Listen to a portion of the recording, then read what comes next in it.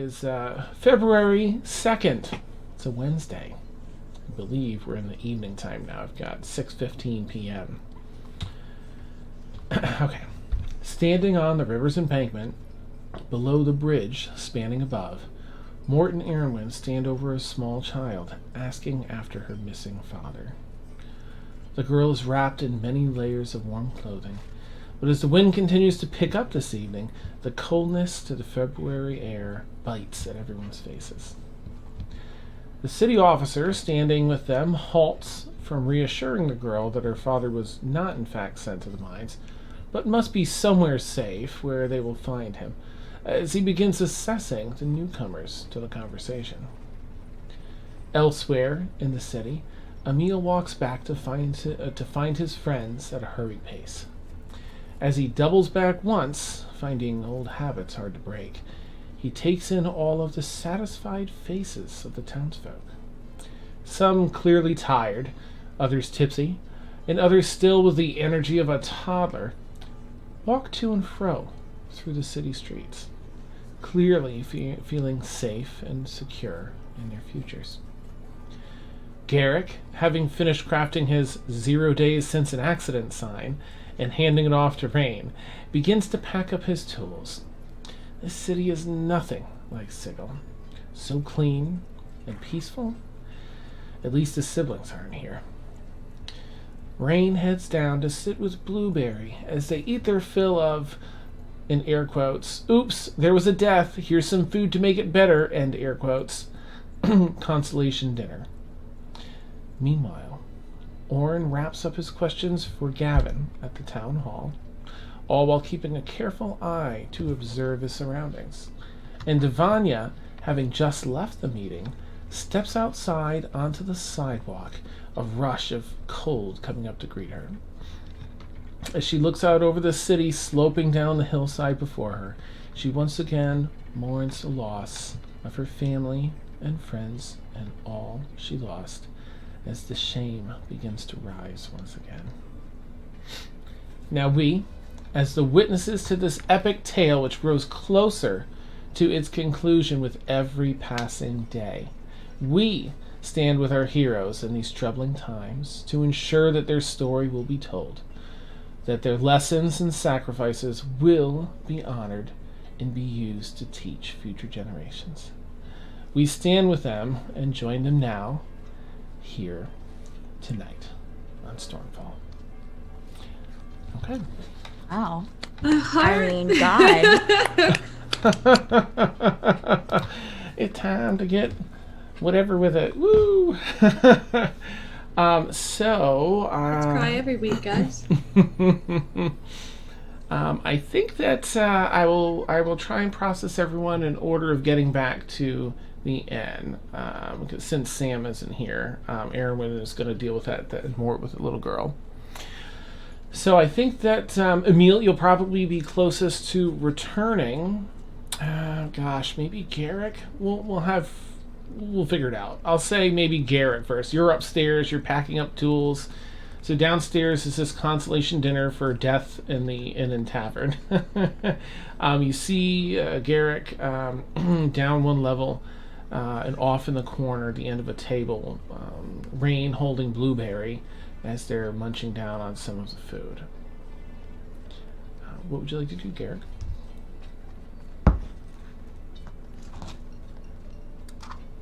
Mariah's back. Great. He'll probably go check in with Rain. Okay. You find your way down the stairs through the crowded table set up over to Rain. Hey, how's it going? All right. How'd the sign thing go? It went well.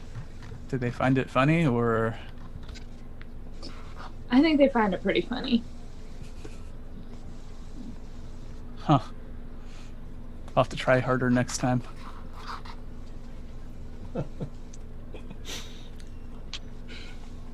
Where's everyone else? That is a good question. I really want to talk to Emil, but I don't know where he went. I'm right here, Blueberry says. I give Blueberry a little scratch on the head.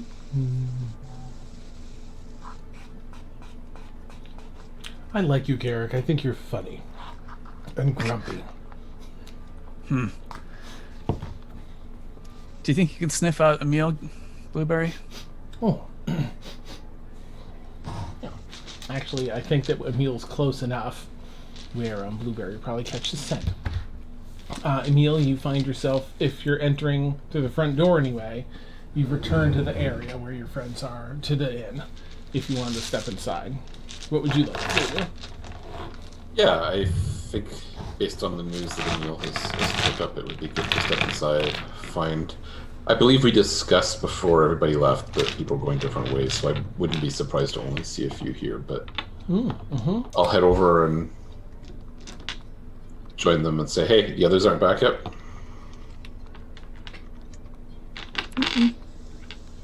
Don't think so. Well, when we're all back, we'll have to compare notes on today's news.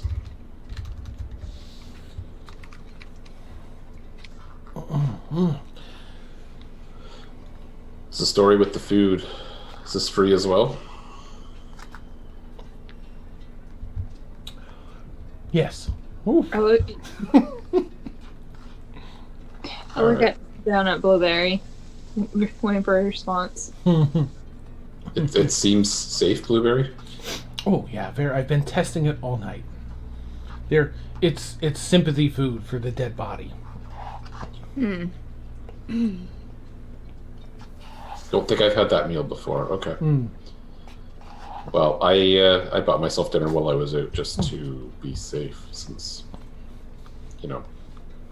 gifts can have surprises in them. The freeness makes it taste better.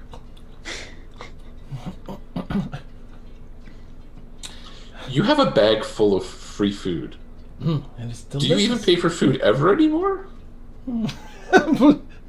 Blueberry contemplates for a minute. Awesome. So I guess as the four of you are settling, unless you have anything else you want to do here before I jump over. I think the only thing I'll say is Emil's probably sat facing the door, and he's gonna be keeping, like, he isn't saying anything about what he's heard yet, not in public, but he's keeping an open eye out and acting as though there's danger around. So the teammates might pick up on that. Oh, okay. But yeah, that's all I've got for now. All right. Okay. All right. In that case, I'm actually going to jump over to Aurynn, since Morris not here tonight. Aurynn, you left with the girl, asking about her dad, insisting that he's not safe, and that he was insisting he was going to be taken to the mines, and the guard being like, "Yeah, no, but we'll find him. I'm sure he's safe somewhere." I think she looked up at you. Have you seen my daddy? Auryn's gonna be like, she's gonna like think fast and be like, oh my gosh, I'm so glad you're safe. I'm so glad you're safe. She's gonna run over and hug the girl and be like, oh, and just talk to the guards. Like, this is my niece. We've been looking all over for her today. Yeah, don't, and I'll talk to the girl. Don't worry, we'll go find your dad. Okay? Oh. Make a deception check for the guard and a persuasion check for the girl. Okay, and can I say that as I'm looking at her, I'm gonna cast message to her and be like, Sure. I know this seems really weird, but try to play along, and I can actually help you find your dad. Okay. You can do your persuasion check with advantage. The stranger danger in me makes it hard to say. Right. But can I, with the girl, can I also use my rustic hospitality to just be like, Sure. Hey, so to justify the advantage? Yeah. Okay.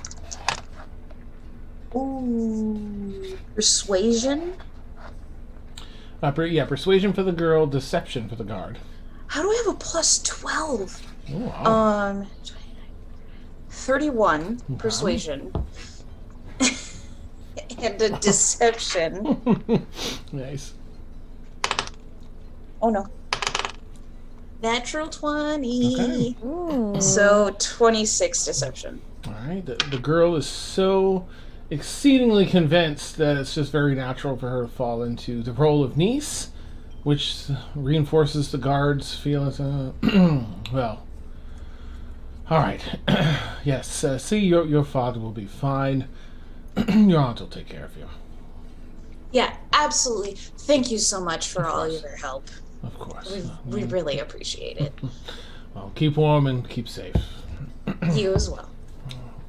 Wraps his scarf around his neck and heads back from underneath. You're on the embankment by the river under a bridge.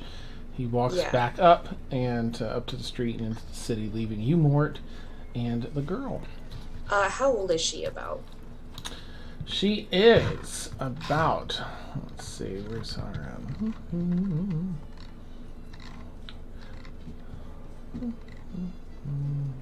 Yo, where you at, kiddo? Oh, right, because I added all that new stuff, that's why. She looks maybe 11, I think. I'll find it here in a minute, but I think she was around 11. 11, okay. Alright, yeah, Auryn's going like big sister mode here. Okay. And she'll kind of like give her a comforting hug and say, okay, don't worry, I can actually help you, alright? And she'll take her hand and kind of gesture with, or like nod with Mort to like, okay, you know, we're walking off away from the guard. Okay, nice. Okay, yeah, please. So he's been gone. I guess it's been maybe 2 days now. He was supposed to be gone for a couple days and come back this morning, but he didn't. and he kept saying that they were definitely going to be taking him to the mines. They were going to find him and find us, and that we needed to leave before they did. Okay, where's the rest of your family? Oh, it's just my dad and I. It's just you and your dad? Yeah. Okay. Alright.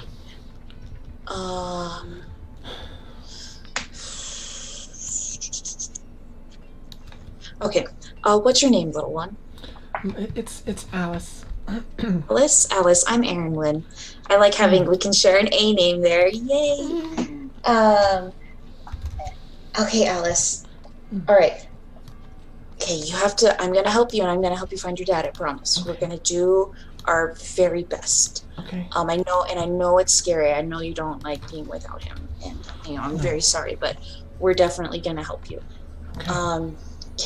Where do you live? Can you show me where you live? Yeah. Just show me. I don't want to go. No, you know what? No, you know what? Okay. We're just gonna go. What time of day is it, Dan? It is about 6:15 in the evening. Have you had any dinner yet, Alys? No, I did. Okay. No. All right, let's go get some dinner and get you fed, and you can tell us everything, and we can help you. So we'll go find a little eatery. Okay. You hear her stomach growl, and she. Okay. You find a food stand nearby. Food's cheap enough and hearty enough. She gobbles it up, seemingly probably not eaten yet today. All right.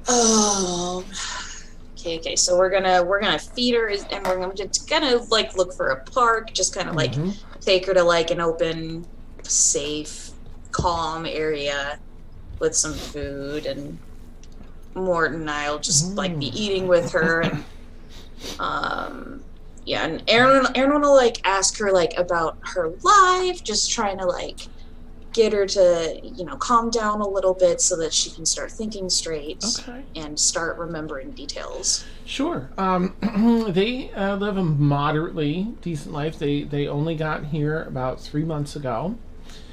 She is 11. She's a half elf.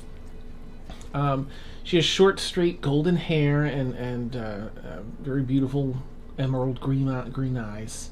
Kind of a light skin with a bit of a silverish hue to it almost. Oh geez. I'm just gonna skip that part. I can't do another night like that. and she's a cute little girl. Yes. And they've had a decent life here. They got established, they got settled in, and Dad's just... She remembers about a month ago, a little less than a month ago, her dad came home one night very jarred. And... charred? Like burnt? Jarred. Nervous, jarred, okay. Yeah. About something, and he wouldn't talk about it with her. But a week after, he had some new friends that she didn't recognize that had come over, and they would have a meeting. They started having a weekly meeting until 2 days ago, where the dad said he had to go take care of something so that they could move on to a different city. And he would be back the next morning, which was this morning, which he did not return to. Okay, I'm gonna ask her to describe these friends of her dad's. Sure. You get a rough description of three other gentlemen, three other people. There's a woman and two men, based on her recollection. And does it sound like anybody we've seen yet? No. They just sound like other citizens. Okay. And were these meetings like secret? Was she allowed anywhere near them? Was anybody allowed anywhere near them aside from her dad and these friends? She says that while she, it was after her bedtime, she knew that they were down there and couldn't, hear that they were talking, but that she doesn't know whether or not they were intended to be secret. Okay. All right. Okay. No, I'm just thinking, so go ahead. What I just wanted to get an idea of your movement throughout the city as you finish eating. Do you stay there to continue questioning?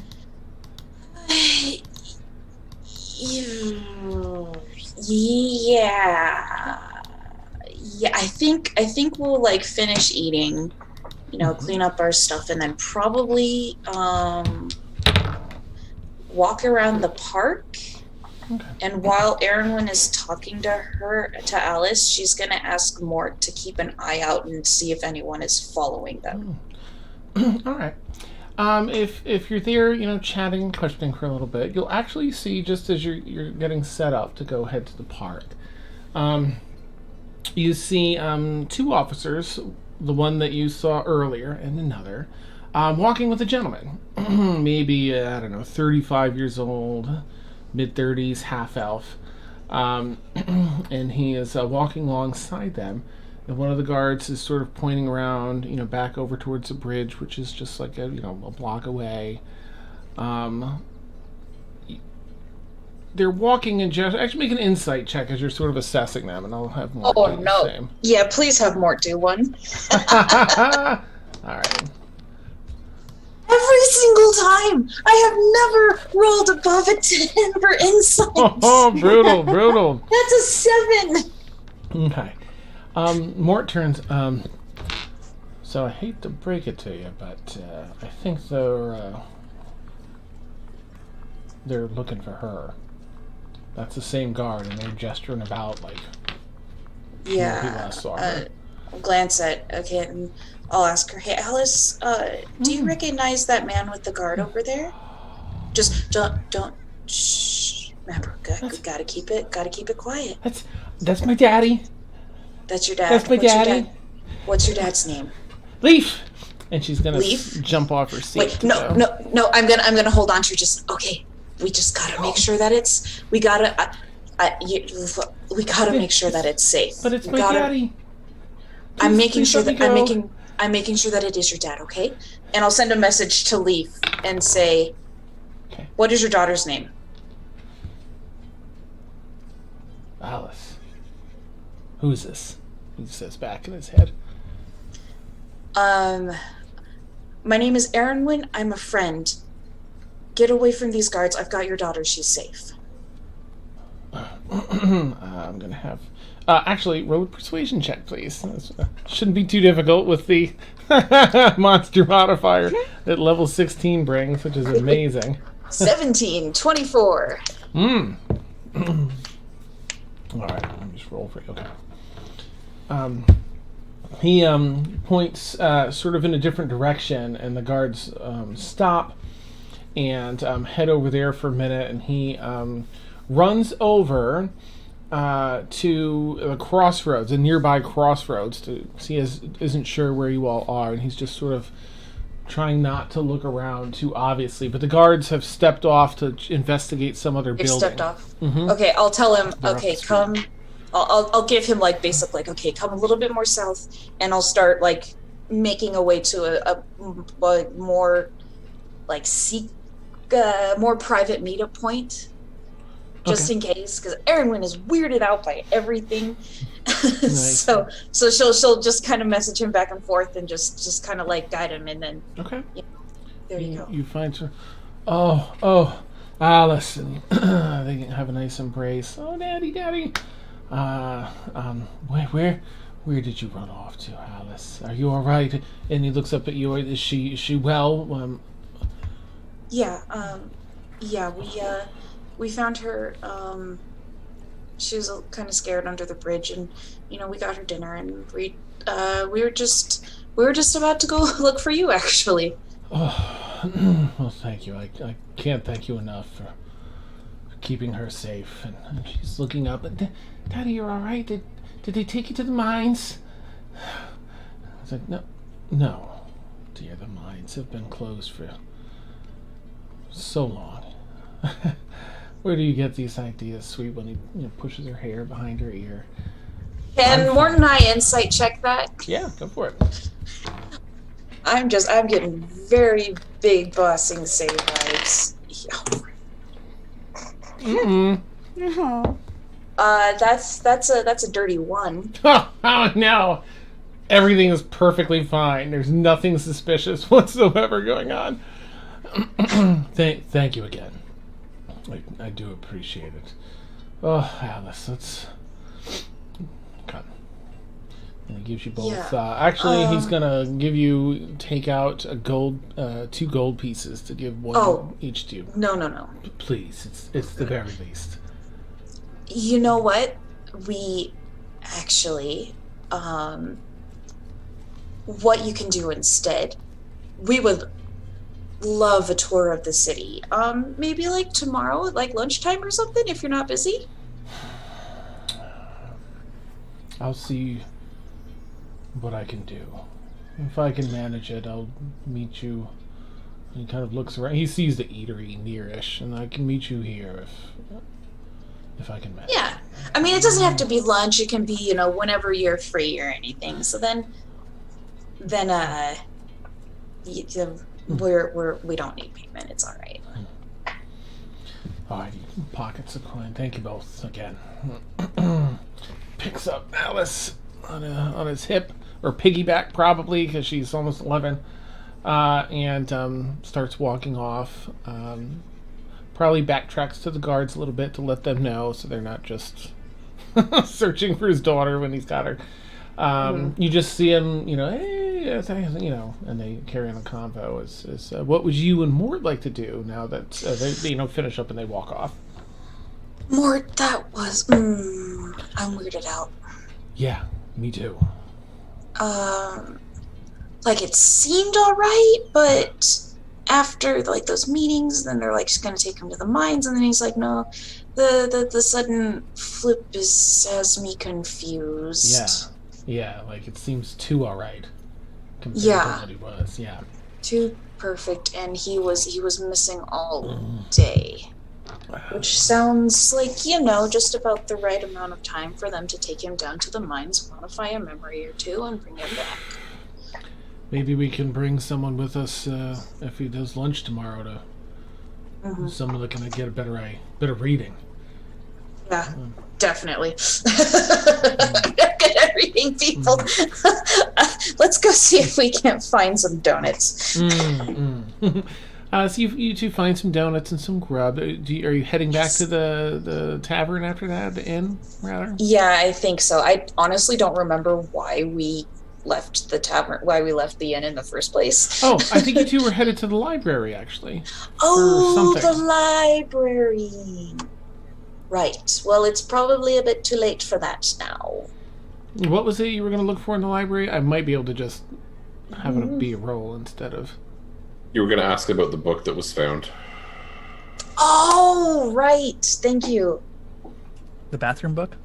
Yeah, the bathroom book. That's right. Yeah, the library unfortunately is closed at this time. Working title. It had some silly thing. What was the... How to beat the common cold? Yeah, that's right. Yeah. Okay, so yeah, unfortunately the library is closed, and assuming that's that, I'll figure the two of you reluctantly head back to the tavern, and I'll jump over to Davania and Aurynn. They were over at the town hall talking with Gavin, learning about, asking a lot of questions about the mayor, and discovering that the mayor has a family and such, and had only minimal competition in running every 5 years for the mayor.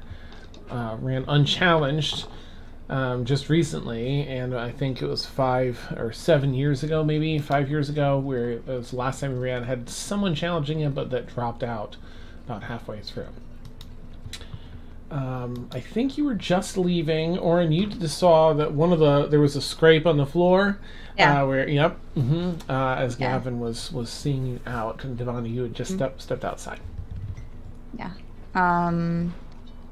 Aurynn will, after leaving the office, will kind of, go over to wherever Davania is, or if she's on her way walking out. He'll quicken his steps to catch up with her.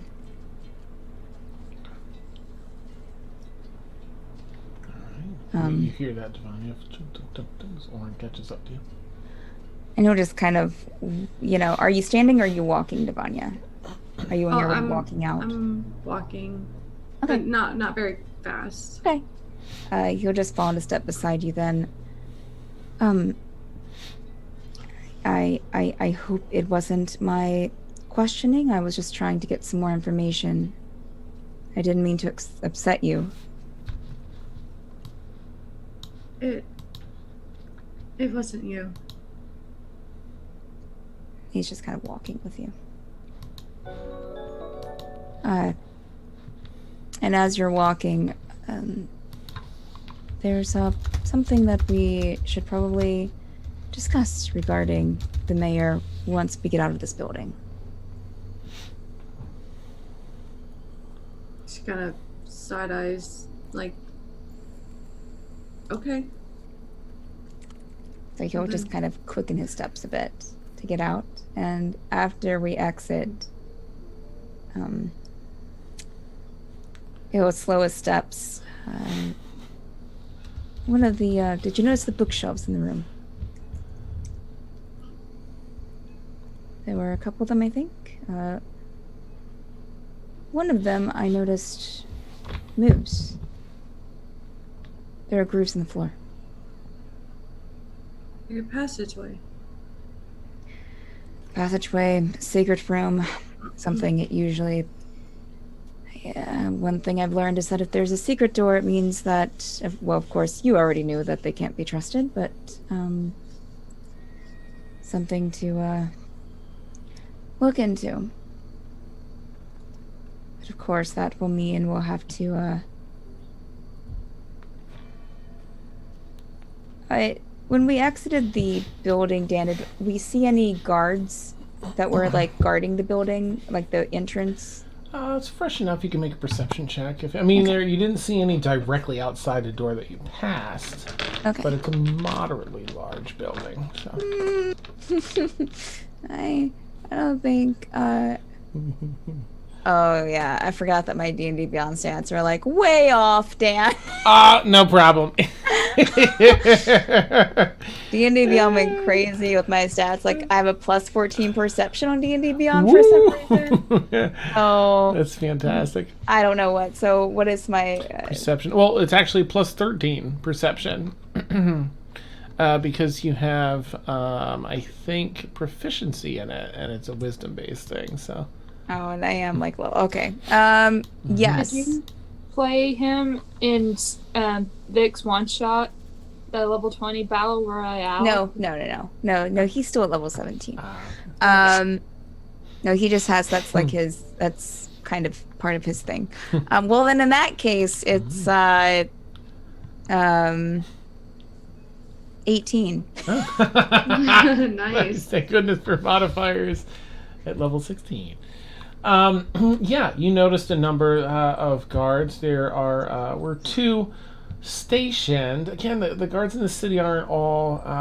it's not that they wear uniforms per se. Some of them have some branding, but it's kind of easy to lose in a crowd.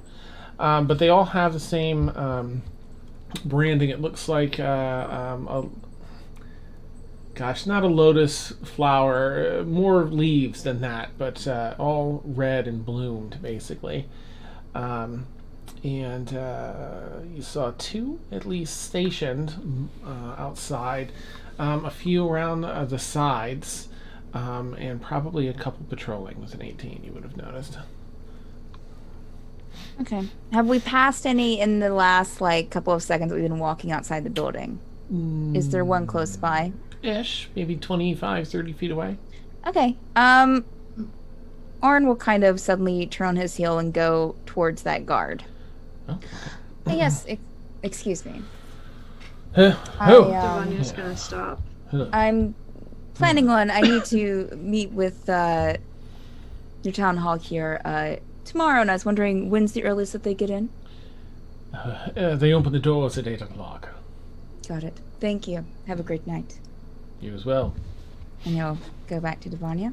Okay. Well, it appears that they exit the building, but I'm sure that there will always be guards here. And you can tell that he's already kind of working something in his head. You have a plan. Well, plan would be to try and get in to see what that room is.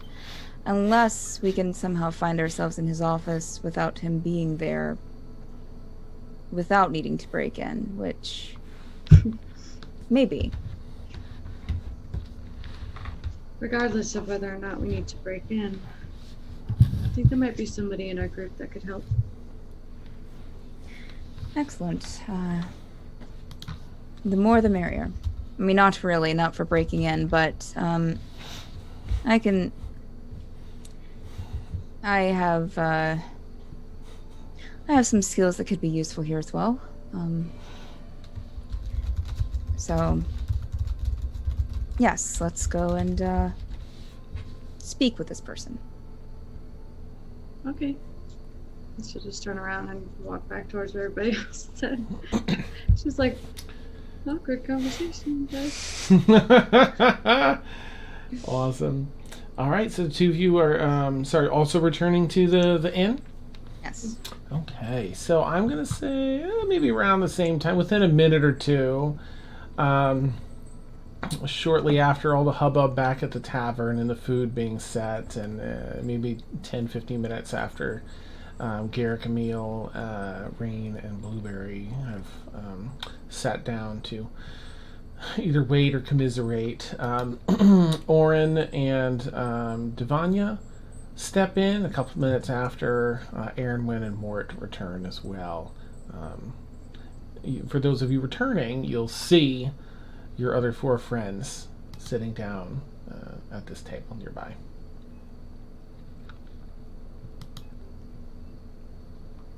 And you stare at each other. Just kidding. Laser beams come out of our eyes. I see. Mort will go over and sit down and... So, what's with the food? Yeah, I just sent you a text message about something. Whispers. Davania will sit down and just start whittling away at something. What did Mort say again? He was asking what's up with the food. Apparently, this is what we get when somebody dies. Free food. Ah, naturally. Do you not know this custom? More? Oh. Nope. That's Interesting. Yeah, interesting. I hope I didn't give any offense. Just Oh no, very strange. it's all about community, helping each other out when a loved one dies. Oh. Well, I like that. Emil looks confused.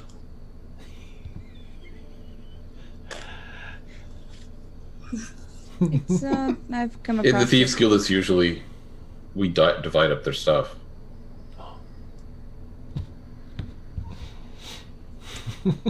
Aurynn will kind of look over at Davania, like, since you mentioned the Thieves Guild. Yep. She gives you a nod. Well, Emil, we have a proposition for you. oh. Yes. Not that. Gosh, kind. this is so sudden.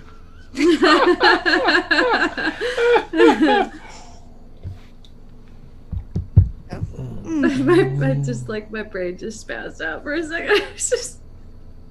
It seems like that the mayor isn't, well, I mean, of course, he's not what he seems. He's, not a mayor. What was he, Dan? He was town hall. Oh, gosh, what? I don't know if he gave you his title, but he runs the was town a hall and manages all that. Peon.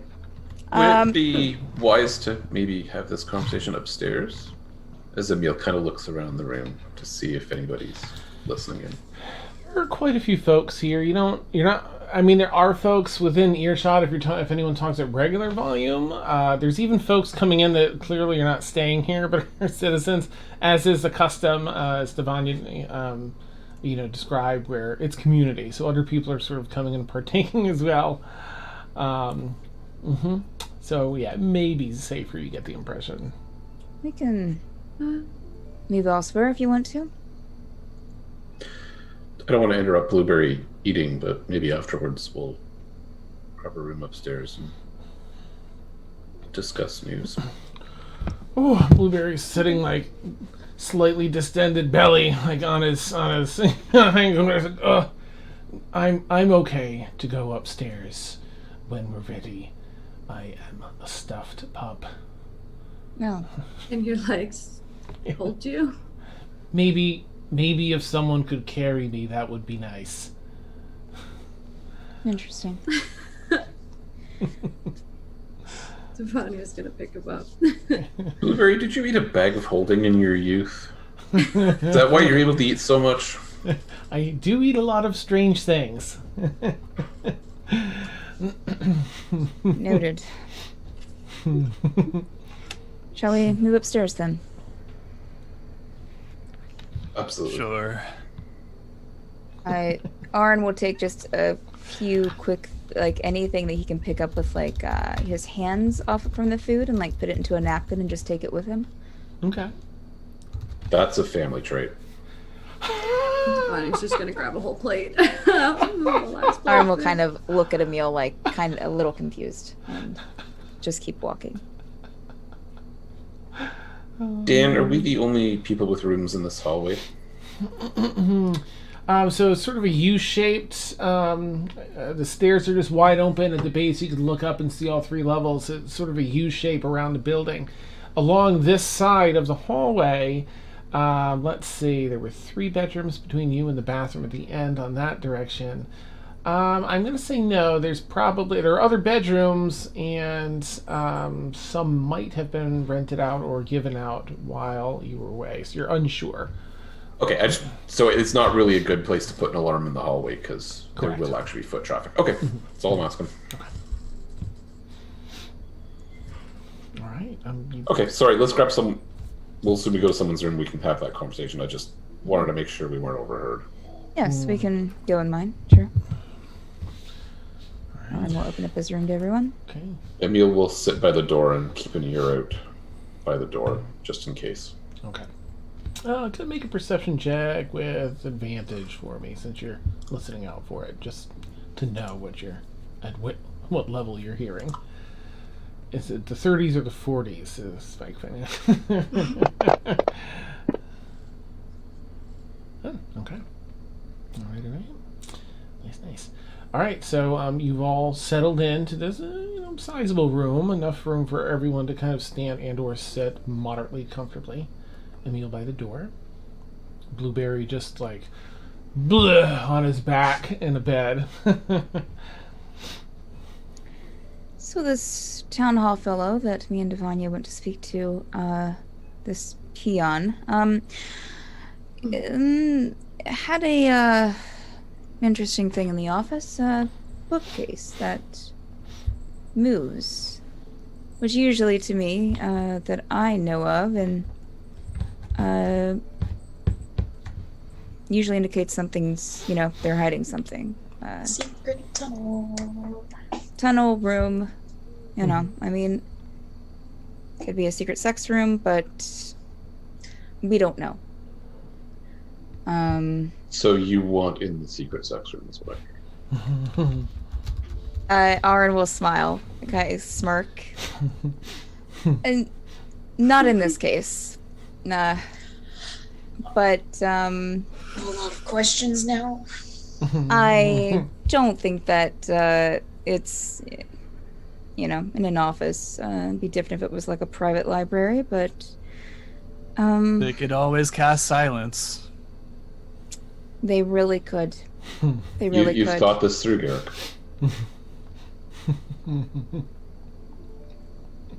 Aurynn cocks his head. So I think that we should find out where that secret door leads to.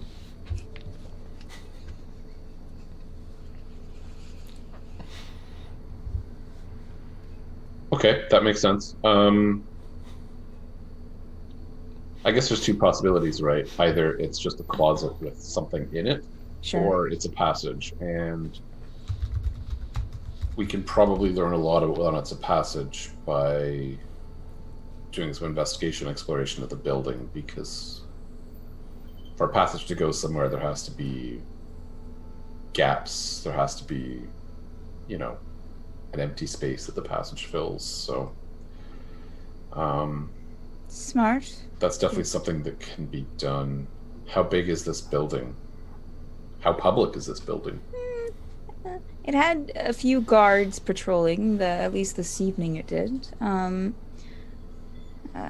I would assume that whoever, this man who occupies the office leaves and comes back, but we could probably easily pretend that we're there.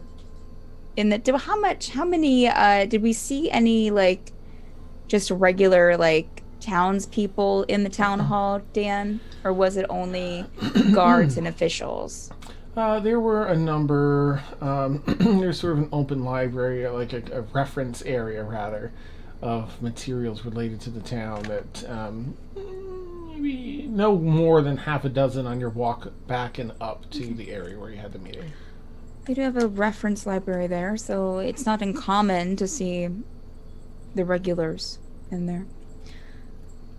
Shouldn't be too hard to get a good look around the building without causing suspicion. And without having to break into the office, which was my first thought, but Well, we probably may end up be there, avoided. but we may end up there. I just prefer to be cautious and know everything about where we're breaking into before we break in. You have experience. And agreed. With investigation, definitely. Figured you might be the perfect person for this. Given your set of skills. Yes, my misspent youth, indeed. All right, that sounds like a promising development. Morgan, Wonderful. Aurynn, were you able to get to the library? We had an adventure. At the library. Not at the library. So we ran into this little girl, right? And she'll tell them everything. Perfect. Yeah, I love that. And info dump. Including like how she was freaked out that her dad had gone to the mines, that her dad was really concerned about going to the mines, and then we came back, and he was there, seemed to be him, but he also was like, no, the mines have been closed, so I'm just really weirded out by everybody here. It's too perfect. So, let me get this straight. The little girl was concerned about her father going into the mines, but yet the father said that the mines were closed, that he could not go in them. The little girl was concerned about her father going to the mines because the dad was. He was like, we've got to leave town. According to her, what he was telling her is like, we got to leave town. You know, they're coming to get us. We don't want them to take us to the mines. But the dad didn't seem that way. Not when we met him. But that's what the girl said he was like before he left. Is she being truthful? Yeah.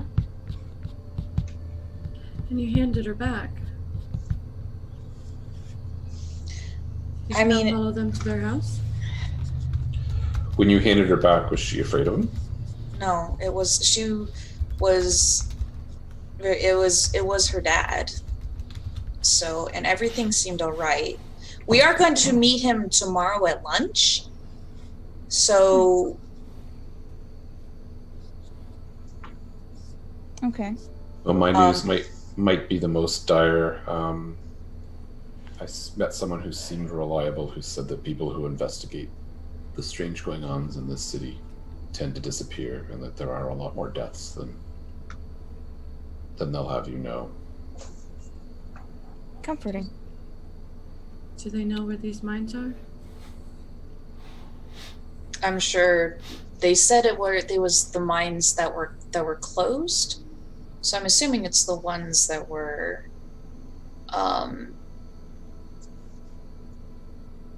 close to the old Miranda. She's trying very hard not to be awkward. Davania just like shakes her head and just. Okay. Sounds like there are people who are afraid for their lives in this city. Some people apparently are genuinely happy, and those who are not, those who ask questions, disappear or feel in danger. I don't think there's a single one of us that's immune to a knife in the back, or a knife while we're asleep, or some arcane horror we haven't considered. So we should tread very carefully in our time here. We may have already attracted attention, and it sounds like that attention may be organized. Aurynn, I'm coming with you tomorrow. Mm-hmm. Please do. Please do. Was it?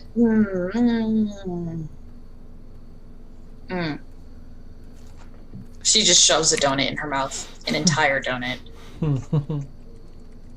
Yeah, if you find yourself attracting attention, sometimes you can turn that attention back on them. Say a few good words, be able to talk yourself out of the situation. So not all is dire. Just most is dire. Sounds like you have some useful experience and skills as well, Aurynn. Yes. Could this all be to cover up what happened to the town, do you think? Like, why? I mean, this all sounds interesting and weird, but why? Why, if people, like, what could be happening that they need to either kill people or make them forget or brainwash them in a way? Seems elaborate for a town. I mean, it's a large town, granted, but I don't know. I mean, nothing spectacular. You can control a lot of people through fear. Oh, absolutely. I'm not denying that. I'm not sure what the game is.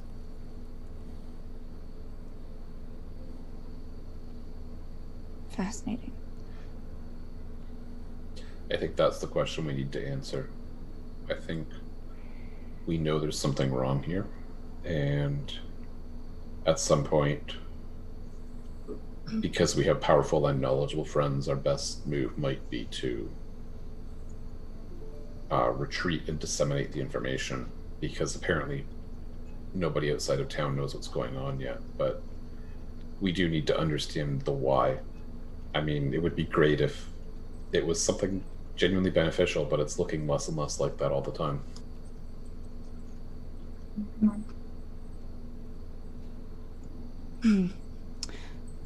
So, you two are talking to the father. Are we checking out the, looks at Emil, are we checking out the town hall tomorrow?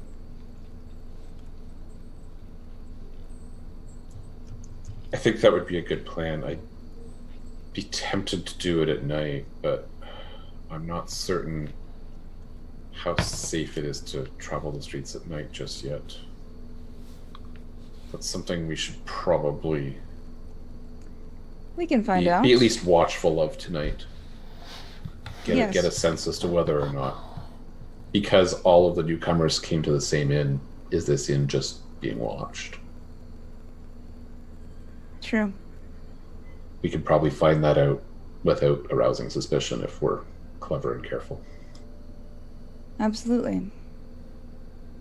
Yep, clever and careful. That definitely sounds like our group. No, you don't have a good record with being Davania's clever gonna and laugh a careful. little bit. Oh, no, we are the best at being clever and careful. You have no idea. If we're going to be clever and careful, then we should probably use the bathroom on a different floor before we go to bed tonight, because I don't really want to. Nice. Yes. Well, I mean, that's a fair assessment. Have you ever seen a haunted toilet? Scariest crap ever. I have Literally. not. Erwin makes the face like, the joke. Well, on that note, good talk. Gonna head to bed. Are we going to sleep in our own rooms, or are we going to double up and keep watch? I think we should at least, have the double up thing. I would definitely feel safer. Davania and I are sharing a room anyways. Sam forgot that. I'm sorry. Davania kind of jumps a little at that, like. No, that was me. That was Okay. Sam. Sam forgot that. So, the two of you, Rain, are you doubling up with, Blueberry? I look at Blueberry and I was like, do you want to? He's just kicking. He's asleep. He's kicking his leg. He's on his back. Chasing Yes, something. we are. And Emil and, I'm sorry, what is your character's name again, Ed? Garrick. Garrick, I'm so sorry. No And worries. Emil and Garrick are going to be doubling it up, and I'll be doubling it up with someone else. Okay, bye. Gonna head on out. And he's going to leave the room. Nice. Okay. I'll see you in the morning. Close the door. You can have Pokespike. You can have my room. Bye. Do you think he found somebody to double up with? Play his own sex room. Maybe he's never doubled up before. You never know.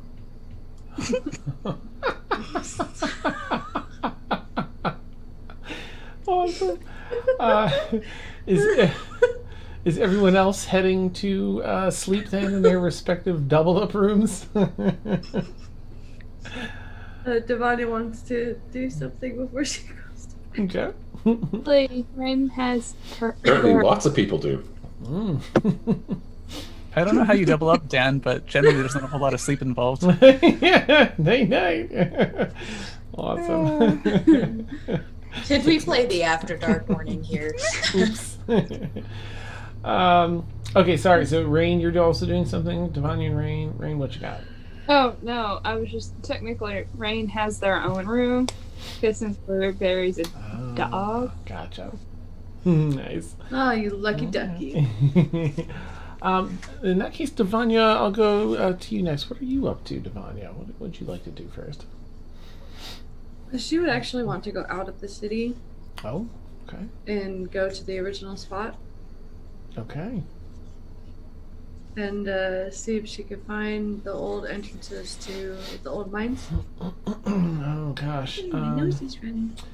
Can you please, now, of course, you know the direction where it was. So, can you please make, though, a survival check for me as you're navigating, as you normally would, to that location? I'm scared. So you feel confident, right? It's been a while. Yeah. But from here, I guess maybe from this particular location, you haven't walked back. It's a half an hour's walk. Maybe you didn't do that as much as a kiddo. But you're just not finding the location. You're kind of looking at the mountains, like I know it should be over here. But as you get, to and through that area, it's just you feel like you've passed the area where maybe it should be, and you backtrack a little bit, and it's not like it's disappeared or anything. It's just you're really struggling. It's not where you thought it would be.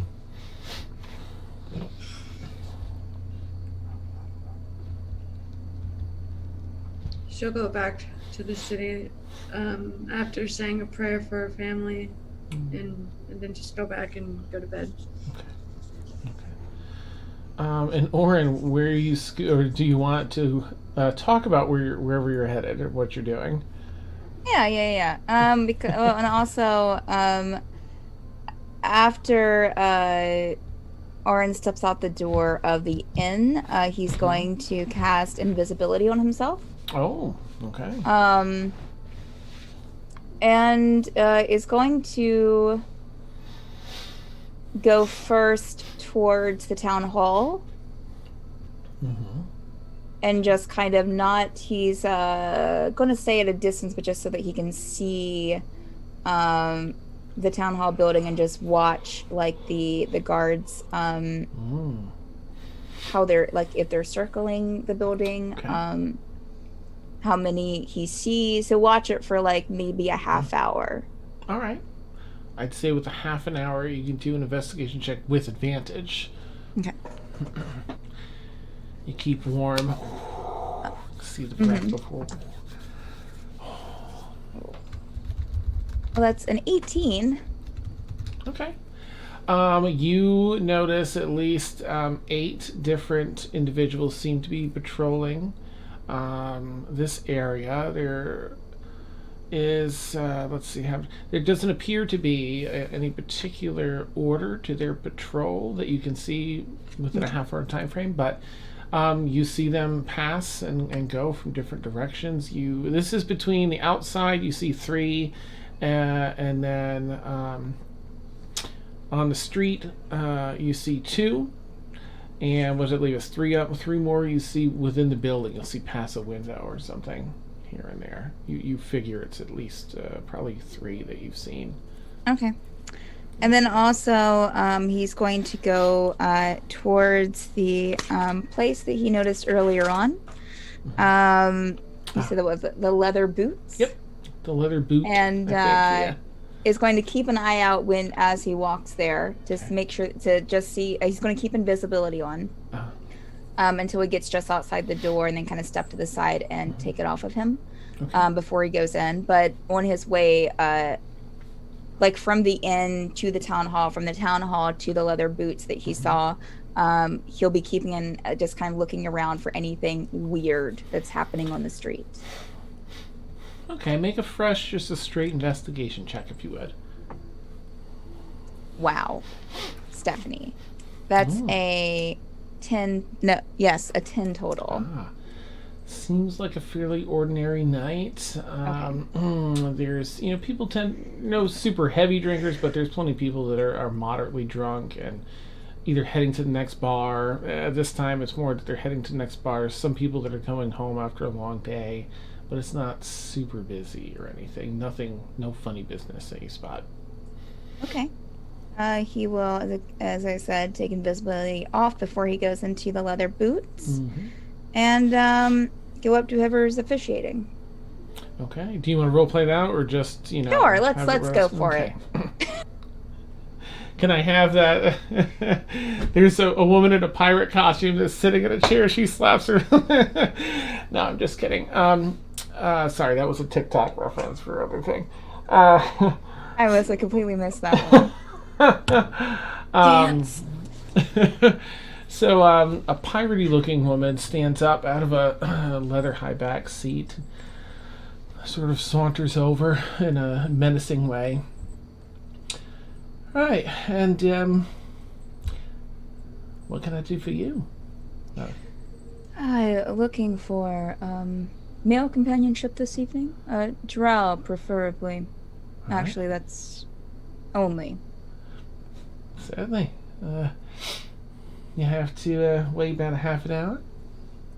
That's fine. Yeah. I'll go over here and relax. Well, help yourself. Bar's open for paying customers. She taps on the bar to see if you're a paying customer. Yes. It's and she gives you whatever rate. For the night. Yeah. He'll... Right. She'll tell you. I'll have to figure it out. I'm sure it's not. No, that's fine. Yeah. All right. Well, enjoy yourself. We'll make sure that you have the right company. I'll take good care of you. Is he hot, Dan? I just have to know if the drow is good looking. Very. What Great. type of hotness are you looking for? Because we'll just cater this. Like brawny or like just lacrosse fit? Lacrosse fit, Okay. absolutely. Okay, cool. All Yeah. right. They come down at one point, freshly showered, hair drying in a towel, shirtless, pants that are really tight, made more so by the ample goodies. Yep. Okay. Mm-hmm. Yep. Great. Wonderful. Perfect. All right, and you have a thoroughly pleasing night of Great. company. All right. Night falls. The sun rises. I guess I'll start with Aurynn. Are you? Do you plan on heading back to the? Oh yes. Yeah. He'll probably start waking up pretty early. Probably give whatever he paid downstairs would give him probably, consider that everything went well, would give him probably 50% tip of whatever he paid downstairs. Nice. And be kind and courteous and just kind of mention that he'll be in town for a bit. Maybe he'll drop back in. Do we have a name, Dan? Oh. Why? Absolutely, because this individual is definitely gonna yes, lean in and put the arm around you and then Yes. grab an ass cheek in the back and hold you up close and be like, we will make this happen. Oh my gosh, a randomly generated name came up as Brewer, Briwor. I kid you not. Anyway, we're not gonna go with that, but that's hilarious. I'm so sorry. I'm so sorry. That would be Elignos. Elegos. Wonderful. How elegant. Okay. That was great. wild. wow. Oh no. Just Oh man. Or wow. skip, Swings generate. both ways. So he will exit and probably try to be back at the inn probably by 7 a.m. Okay. All right, you can make it back there. Breakfast calls around 8. And that wakes everyone up. Chingity jang, unless anyone's up before that. Emil? I have 2 quick questions. Emil would have spent some time watching out the window, maybe going to the bathroom a couple of times, and trying to get a sense of whether or not the building is being watched by guards. Okay. Emil's used to watching buildings, so I think he'd have the ideas of places to look at least. Absolutely. And then the other thing is, it'd probably be a good idea for Emil to contact Wynn just really quickly and let her know what's up. We don't have to roleplay it, but Okay. All right. She gets the whole rundown from you, and asks if you want her to pass it on to Sterling, Sam, or anyone else that she has contact with. oh shoot, I don't think she has contact with anyone in the Harpers that Emil knows about. So,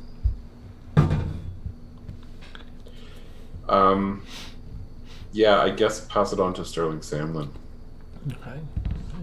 And if you would make an investigation check with advantage, since this is right up your alley, as far as watching. You're watching to see if your building is being watched, right? That is correct. Watching the watcher. It's something I probably should have asked weeks and weeks ago and planned out, but if I don't have a way of contacting the Harpers remotely, then I'm going to have to look around hard in town, or I'm going to have to invent something. So we can talk about that offline, though. Okay. But I'll at least say they definitely would have given you some means to contact. But I've got an idea, and I'll message it to you after. Yeah, sounds awesome. Okay, so yeah. You are keeping an eye out, and you don't get the sense of an overbearing presence of observation, but you feel like perhaps because of the murder there is a little more. A couple of guards, like you know that typically there'll be same guards or a few changed out that'll be there regularly if they're watching. This is more like an increased patrol in the area. But not special attention on the building. Correct. Okay. And the only other question I'll ask, because Emil is Emil, is if Emil was to ever need to escape up the walls to the roof and do that thing, nobody's really looking. There's not any special lighting problems. Nope. There's really no lighting up the sides here, and there's nothing that bright where you'd be in any kind of bright light. Okay, good to know. Oh, nice. All right. Otherwise, breakfast bell rings a little late this morning, probably 8:30, I would say. Ring-a-ding-ding-ding, all the little bells in the hallway outside your rooms rang, and that's just signaling breakfast. Is anybody not attending breakfast? Blueberry shoots out the door. Rain, what are you going to be up to? I'm going to be in the room. Well, I will let Blueberry out, knowing he would like some breakfast, and then I shut the door, and I'm going to just pray and prepare spells. Nice. Okay.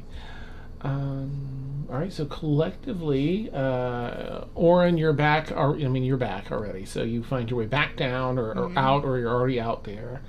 Everyone finds their way out there. Is Garrick, since I don't really know Garrick yet, is Garrick like a early to rise type of person, or not so much? No. Nice. He is definitely not a morning person. Awesome. That's amazing. So everyone comes down. Garrick probably last then, and breakfast. Bill's told us some pretty good food, some interesting types of there's a standard bacon, eggs, biscuits, oatmeal, then some confectionery type goods, some savory things, baked goods. That's a nice spread with some interesting herbs that are kind of local to this area. Davania, a little bit of a taste of home here. Some of these recipes and flavors you just haven't had since you were here. Is Miranda a big crepes city? Oh, yeah. Fancy you mention it. Yes, absolutely. It is now. Excellent. Awesome. Davania is piling her plate. In fact, they even have a table where the person comes out and asks you what you would like, and they make the crepe for you right there, fold it all up, and it's like the height of freshness. Aurynn gets every single possible crepe that there is, just with all the like. Tries every single filling. Nice. Okay. They seem to go along with it only because of the murder yesterday. They're a little reluctant, like maybe you should eat that first and then get us. But they go along with it. Rain, may I ask, do you join any time, like after you've prepared and prayed? Do you want to come down, or? I think preparing takes like an hour or so. Like when an hour passed by, Rain will join everybody else. Okay. So you'll find yourselves at breakfast, enjoying some conversation. Is there anything in particular you want to chat about before, in that first hour or so before Rain comes down, or anything?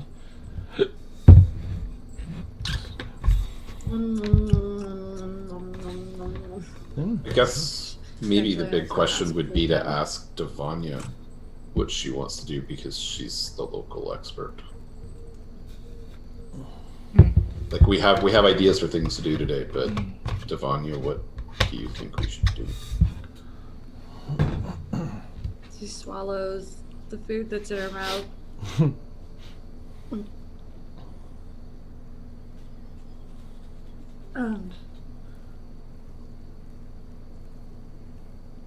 You said it might be best for the town hall for later in the evening? I guess it depends. I mean, if we go inside, publicly it should be during the day, but maybe just, I'm used to scoping out places in the evening or at night, but yeah, whenever.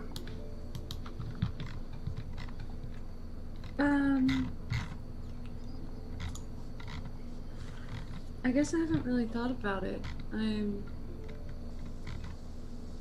sorry, I got distracted by this food. Is there anywhere you need to see for you?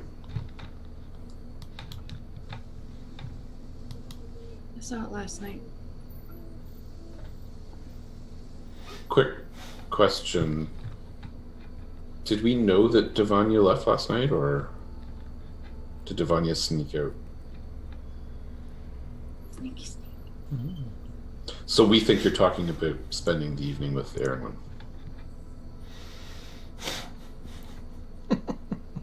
Aurynn, 5 plates of different crepes in front of her currently. I mean, she'll get like 3 and then go eat them and then go back. So she's not even really listening to the conversation because she keeps getting up to go get more crepes. Perfect. Kate billowing. So, no. That's... Aurynn's just looking back and forth between people. What happened last night? I went to the original site of...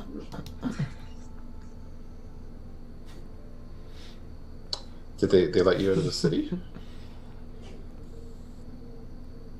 There was no problems leaving the city? Okay, that's good to know. No, it was fine. I was trying to find the old mine entrances. And it had been so long I couldn't remember where they were, so after a while I kind of gave up and then came back here and went back to sleep.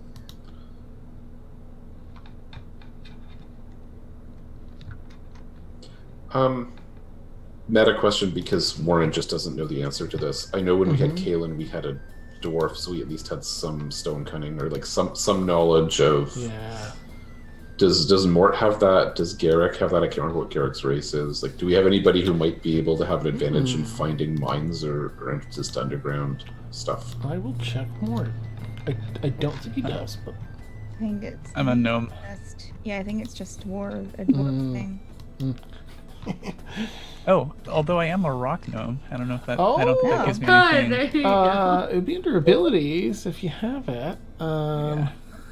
Though I don't think Mort does gnome cutting. Let's see what this is. Nope. stone camouflage is what he has. Unfortunately, nothing for that. Oh, camouflage. His advantage What? in hiding in stony areas. Who knew? Mort has a whole Spawn looks secret like a set. rock. Yeah.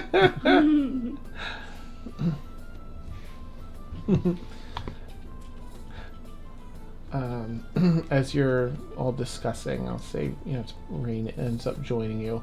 Takes a little while for them to get everything out and take orders and stuff. So Rain will say enough time's passed where you're able to join everyone, spells prepared, as they're sorting this out.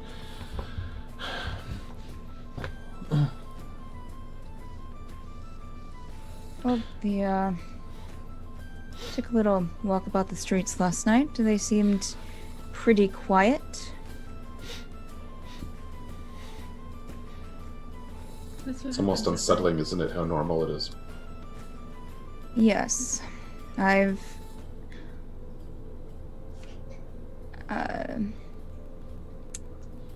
It's too normal.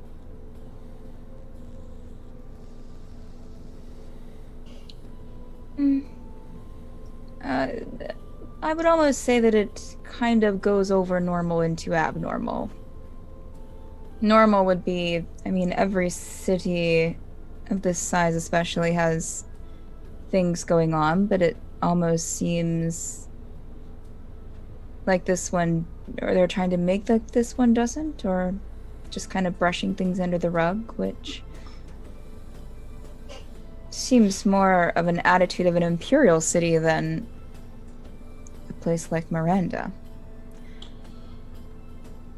I did have one thought last night that we may want to investigate at some point, and that is, has anybody seen any temples yet?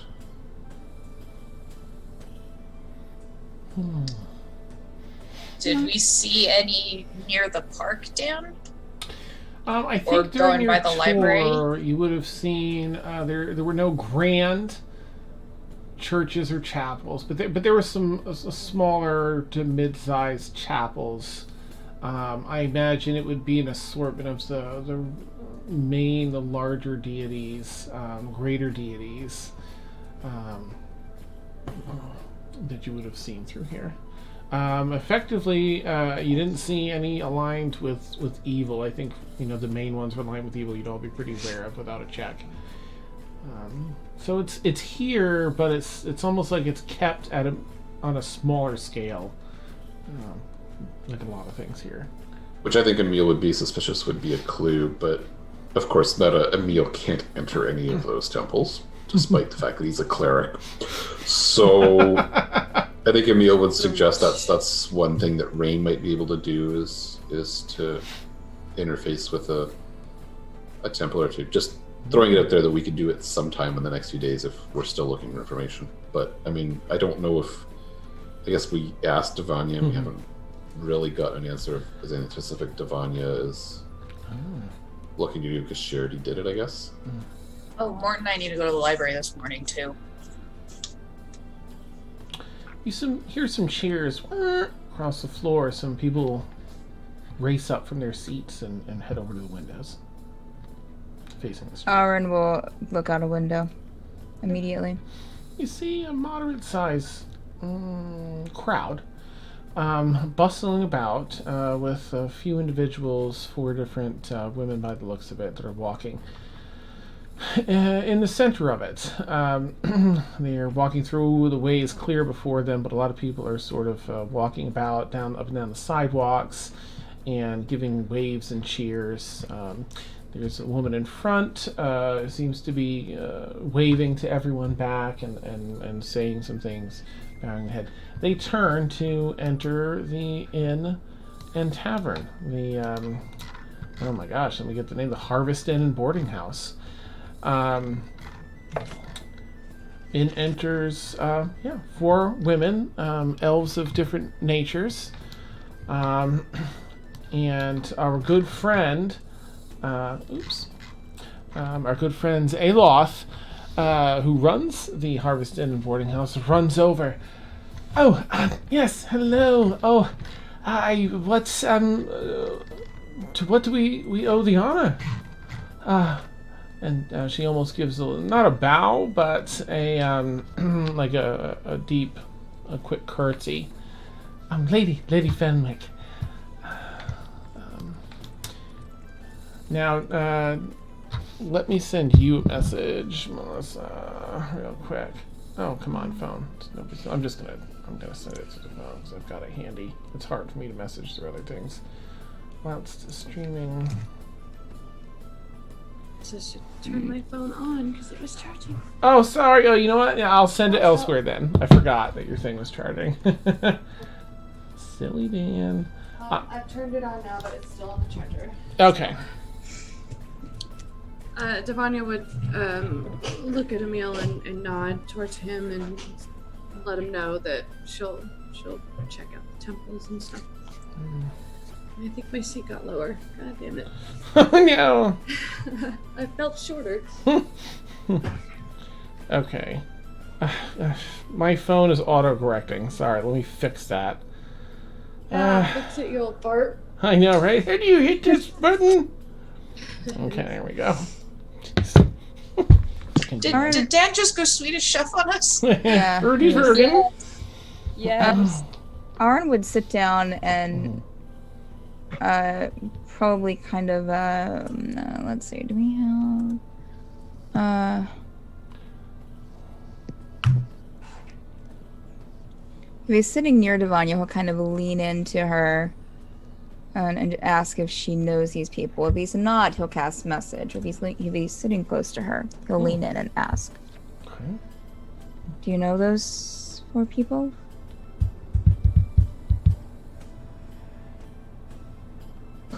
She's gonna grip her staff in her hand until it's like white knuckles and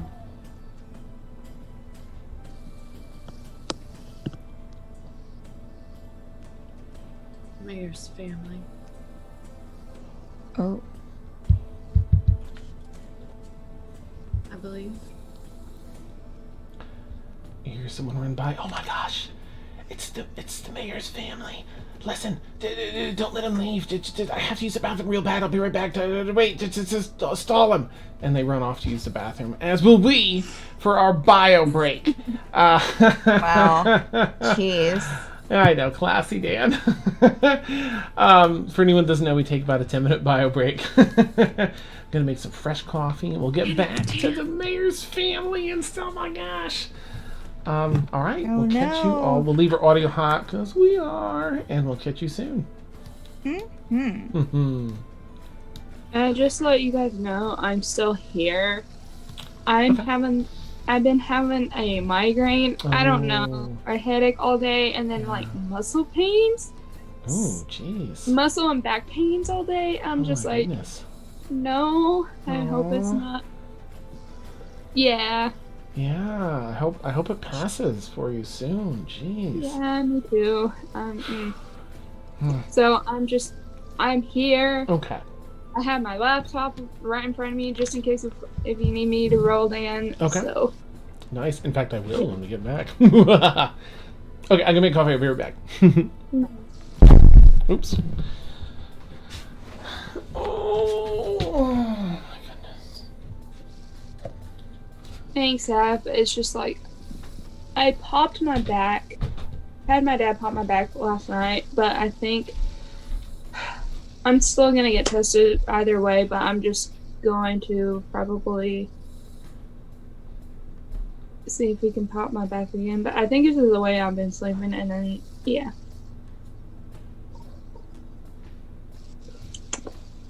Not bad. I like this.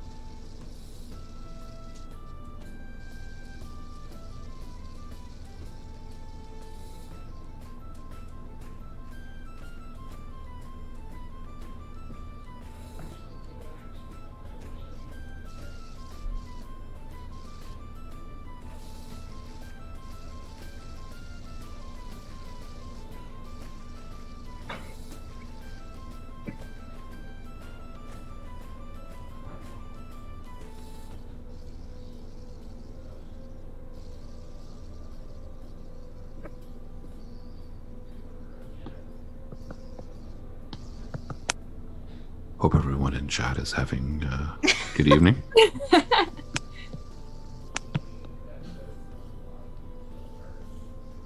Thank you to Danny and Half, Bear and Knight, and the rest of the crew for hanging out with us. You're listening to Stormfall Radio. Percy, I don't know if you can without hurting it even more. So, I don't know.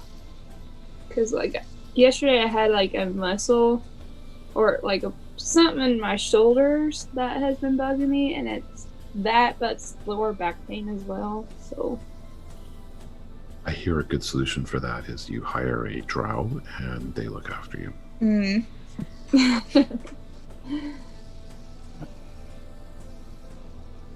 Yeah. Half Donut says Stormfall Radio is best radio.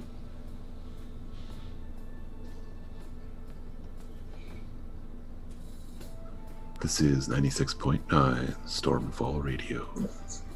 You're gonna make me spit out tea.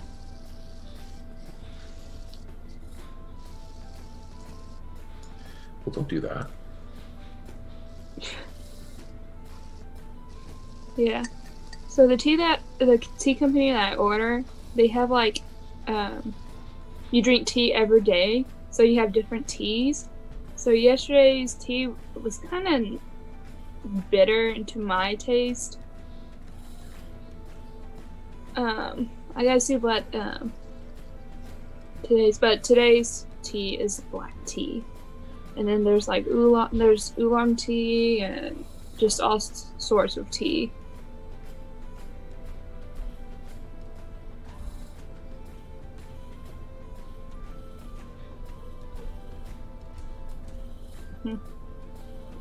I like the hidden pumpkin spice in this.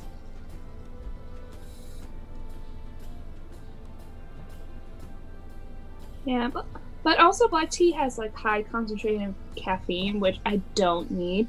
Oh shoot. Oh I hope I didn't miss anything up on Dan's end. We'll see. If you did, Dan deserved it. You really did.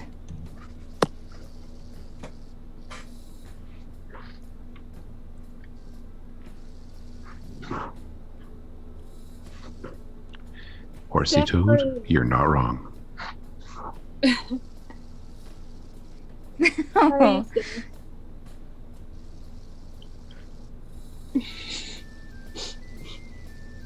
I didn't think stuff for me. What? I'm sorry. You're good. I'm a little No, preoccupied. It's okay. My mom is the same way. Like when, especially when she gets like vision tunnel, and she doesn't. I'm like, Mom. She doesn't hear me. Mom. Yeah. I have to wave my hand like in front of her book, and she's like, "What?" I'm like, So you're comparing me to your mother? no. Oh my god, I'm leaving now. Bye. It was nice seeing everybody tonight. Good night, chat. I'm so sorry. Existential crisis commencing. Oh, no, stop. Now I feel bad. No. I'm kidding. You're fine. What is going on? Well, Mariah just compared me to her mother. Texting, I was like, Steph, how is your night? I'm trying to get. And she was completely focused on her phone. I was like, oh, Steph can't hear me. And I was like, I actually need to go to the restroom before he gets back. You are completely fine, Mariah. Mariah. it sounds worse on my iPad. I am totally kidding. You are perfectly and utterly fine. Horsey Toad says hello, Steph. Oh. My cheeks. Tune in for more radio drama after the break. This is Stormfall Radio. My cheeks.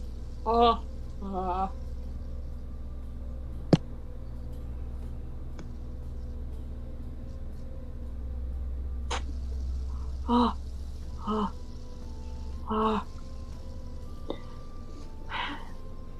Oh, Warren, to answer your question that you sent me over Messenger, the hike was so beautiful. Excellent. Glad to hear it. As you can tell, I don't get on Facebook that much. No, I expected it to take a while to answer, and that's totally fine. So sorry. There's nothing to apologize for. I expected that, so I just left the message there for whenever you got around to it. It wasn't in a hurry. Nope. Shush, Ad. Why can't I stop? I can't stop smiling. My t-shirt.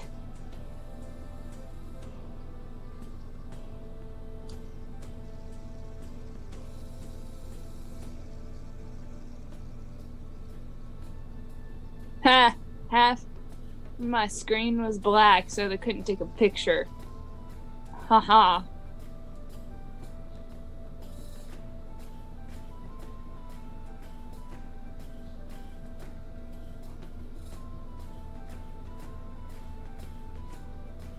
Phone call is here. Oh, that's in my head now. Dang it. Did it download?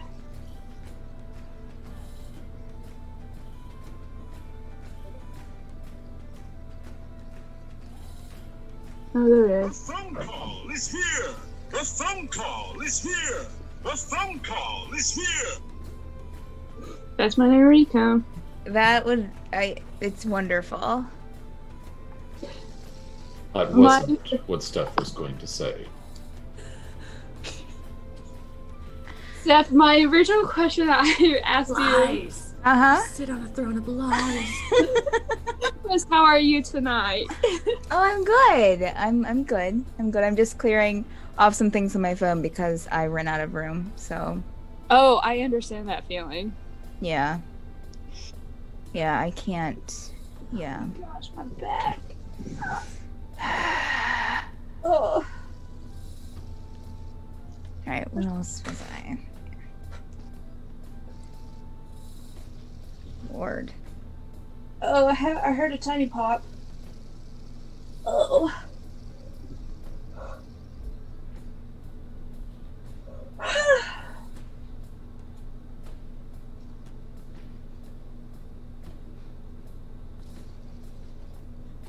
wonder why Davania couldn't find the remains of the town.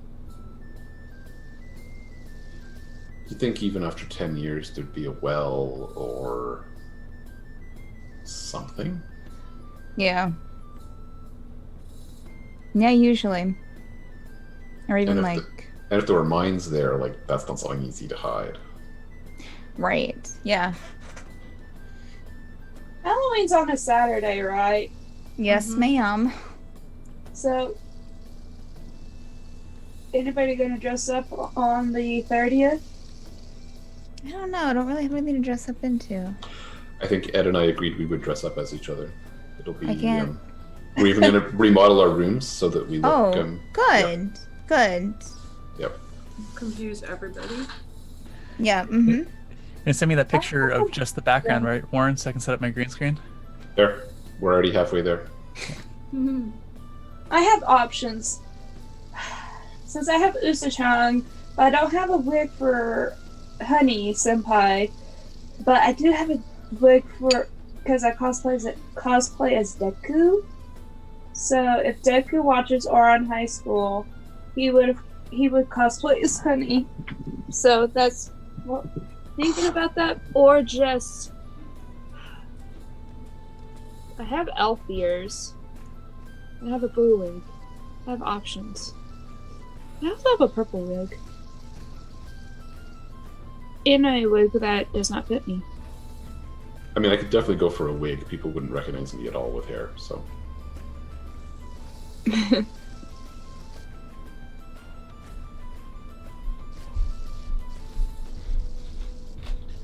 Oh my goodness, alright. Oh, here we go. Alright, that's blazing hot. Ed, on your username, that's the TwitchCon badge from 2018, right? Mm-hmm. That's right. So, Dan, we accidentally rearranged the windows in Zoom. But we also decided that you deserved it, so we didn't feel guilty about it. This is Yes. fair. This is a fair assessment. Because when on my iPad, I can, like on an iPhone, how you did this, like bring your menu. Yeah, that's my nephew, by the way. Yeah. So if I'm blaming your nephew. I got. I'm just kidding. Did I miss anything? I cannot believe that whole brewer debacle, Dan. I can't believe. Can you even? It was the second one I clicked on. I'm like, no, no, click it. It's you. It's click you. The common factor is you, Dan. That's a good point. I could not believe it. Like, brewer? Come on. Come on, world. This October, the spookiest thing on Madbird is the character generator. Oh, that's amazing. That is amazing. So this video on TikTok right here, I'm gonna wait. Okay, right here has 1,065 views. Baby, having you buy some dumbass shit that you will never fucking use Because of this. I guess it's my collection. Case in point. Nice. Not to say what anime it is, do I? I have not touched a volleyball since I was forced to play at PT in the Air Force. So yeah, I'm just like, why? And I think everybody's finding it on their For You pages because of the, I guess the views it's getting. I don't know. I put time and effort in some of my TikToks. Yeah. Oops. Yeah. Sorry, that's my timer for here. I'll share this time as I press down my French press. I just don't have time to make coffee in the stream because I'm giving up Keurig. Here we go. I don't know if we can get a nice. Press that French press. Yeah. All right, come on, French press. That instant coffee or? Oh no. Oh no. Okay. That's actually satisfying. Right like if the camera picked it up nicely, it really is. It really, really is. Okay. Maybe not the sound of pouring it so much. I'm sorry. Why are you peeing? Come on, man. I thought we already had a bathroom. Nice. My bladder. It's not on stream, so at least it doesn't break TOS. Right. It's implied peeing. Implied impropriety. I'm such a doofus. Okay. I've done it. My TikToks are not that great.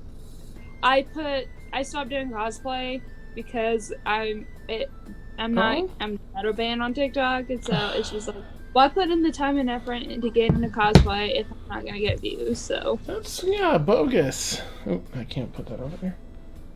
Sorry. Undo this. Brewer. Oh God. I can't get over that. I need to get back to doing TikToks. I haven't done them in a couple months. Alright, I shut my phone off, didn't I? Okay. Alright, we're back. Well, I am in a TikTok, underrated TikTok cosplay compilation.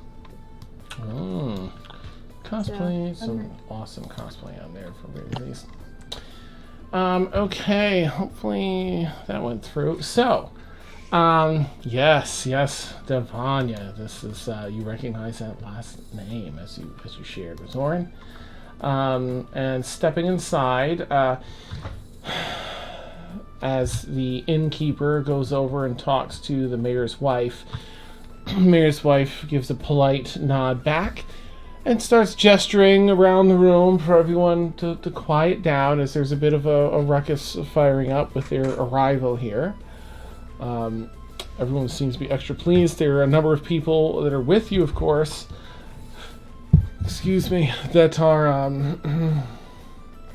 new to town as well. So they're less enthused or excited, but rather a little, sort of confused or just assessing like who or what's going on. Oh my god. I'm going to walk back over to the crepe table to like as if I'm getting more crepes, but I want to listen in on their conversation. Oh, okay. Well, she starts addressing everyone loudly, the mayor's wife. Oh. Mm-hmm. Never mind then. Yes, yes, it is us. It is us. We heard of the rather unfortunate news. I do hope, for all of those that are new here, that it doesn't present a poor image of our city. This sadly happens everywhere, yes? But very infrequently here, and we will get right to the very bottom of this. There are already a number of suspects and leads to be followed. We will capture the perpetrator and ensure everyone's safety. For those of you that have recently arrived in Miranda, my name is Alys Fenwick. I am the mayor's wife. I do most of the running of the city, yes. And these are my 3 daughters. Wixley, and she looks over to one of the women that came in with her. You see a drow woman, young, so for drow, like 103. So your first thing, Davania, recognizing that is that the you know Mal to be human, so perhaps not his actual children, maybe by marriage instead. You're not sure. This first one, at least, is a 103-year-old drow woman.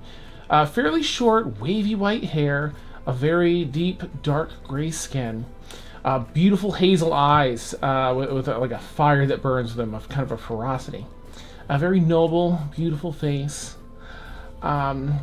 Who does a proper curtsy as she should, but seems to be a little like, give me a break. Has a very fancy hat on. You didn't answer that. That was 7 hours. I'm just kidding. Thank you, Lily. You didn't answer that. You're fine. Thank you so much. Wow. Just still giving her a hard time. Love you. Do you not need me to take it back? Huh? No, you're good. You would do your thing. Thanks. Don't take it back. Yeah, make him get up and do it. Nice. She's sweet. A very fancy hat on. Endolin. And she gestures to one of the other women. Maybe 130 and change. High elf woman. Straight coal black hair cropped right at the shoulders. Alabaster skin. Deep blue eyes that are bordering on purple. They're gorgeous. Very handsome beauty. Kind of rugged features, but beautiful. And she makes some polite introduction and make a perception check. Anyone that at the table there that's listening. Did she say the high elf's name? Endolin. ENDOLYNN. It's all there. So I everybody spelled it right. I was off by 1 letter. No, nice. And what was that check we were making, Dan? Just a perception check. Oh, jeez, Emil. Well, that's a 32 total. Oh my goodness. 21 for me. Okay. Anyone that got higher than an 18, as Endolin's pretty adept at doing this, whispered. 18. Oh, nice. So 18 and higher. Sorry. Whispered a pretty funny, woefully inappropriate comment or joke under her breath after doing the proper thing. She does it just loud enough for those that are keen enough to hear will hear. It's more to herself to be funny. And Adrielle. And she gestures over to the third woman. About a 32-year-old half-elf. So this may or may not be... I mean, she has the potential to be an actual daughter. As the mother herself is... well, I'll talk about Adrielle first here.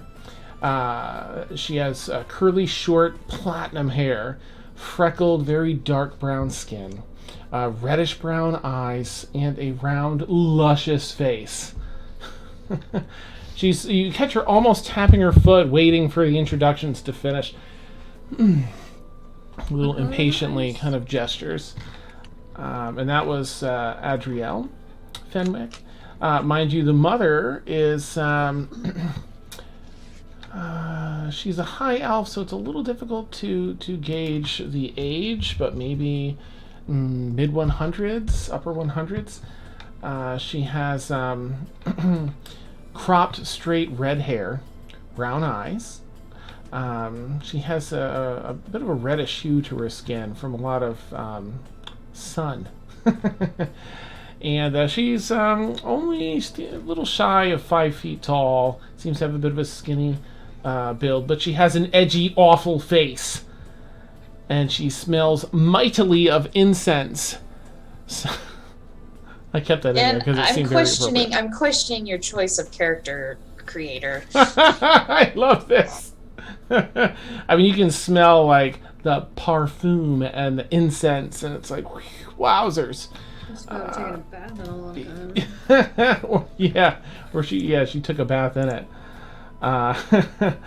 Then you gesture about, but Rain, you're out here and looking about. Can you please make a perception check with advantage? You almost don't even need to make the roll, but this is mostly just to see if you're looking and paying attention to this in the room.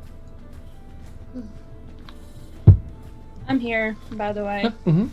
Yeah, that one was for Rain. If you can do a perception check. Yeah. Oh, okay. Neat. Thank ya. She's such a weirdo. Oh, I'm glad for that. Yeah. Mm-hmm. Okay. And for my second roll. Okay, that's nice. So Wixley, the drow woman, has on some short glasses. I don't know how to do glasses and not look at screens. I'm very sorry for my excellent vision. No, I'm just kidding. That's so harsh.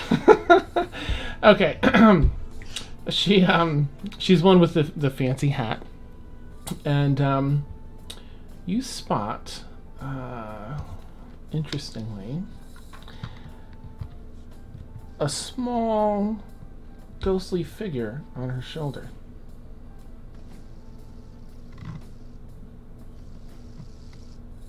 Is it doing anything or just chilling on her shoulder? Currently sitting on her shoulder. Do you want to get closer to take a closer look? Yes, I'm gonna try to not be discreet, noticeable. Mm-hmm. So I'm just gonna put my hood up and just walk. I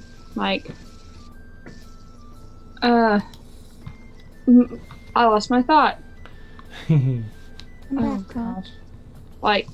Wherever she's standing, Mm-hmm. I would like to walk past. If she's on that edge, I can't talk tonight. Words are hard.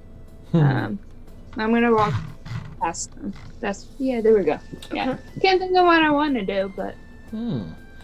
Alright, so as you kind of walk up, but kind of past Wixley, you see that it seems to be like the spirit of a lizard.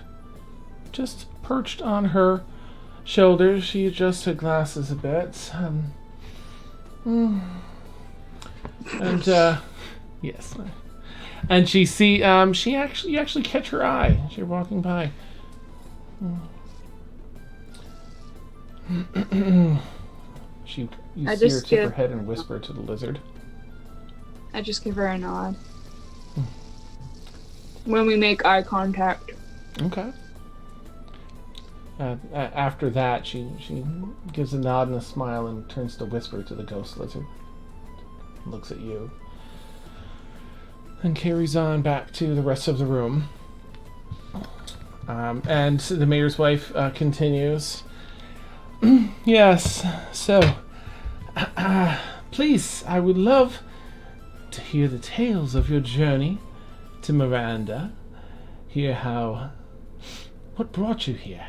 How was the trip? And perhaps I can share a bit about what you can expect here.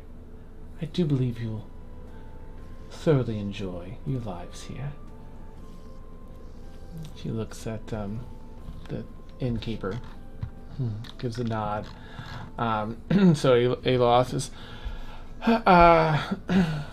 oops. Right, so let's everyone get sat down, right? And we'll make some time to talk. Yes, sit down! She starts yelling at some folks that are still up. Davania stands up and doesn't sit down and leans against the wall. Okay. All right. I will now stand up to go get more grapes. Nice. All right, you guys, more grapes. Does anyone have anything they want to do in regards to the mayor's family here? Go ahead. Once I God. Oh, sorry. Nice.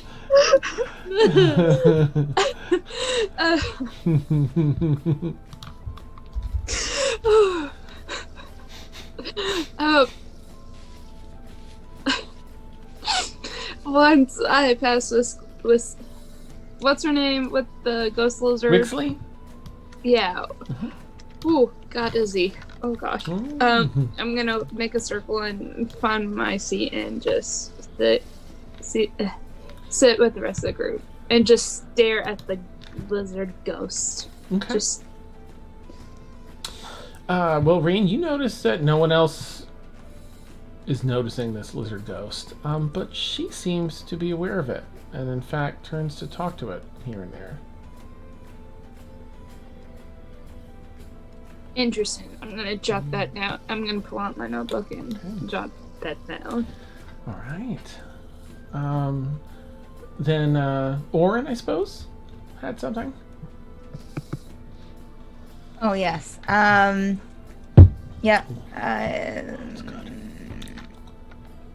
Auryn's just going to make sure that he's not around anyone standing up.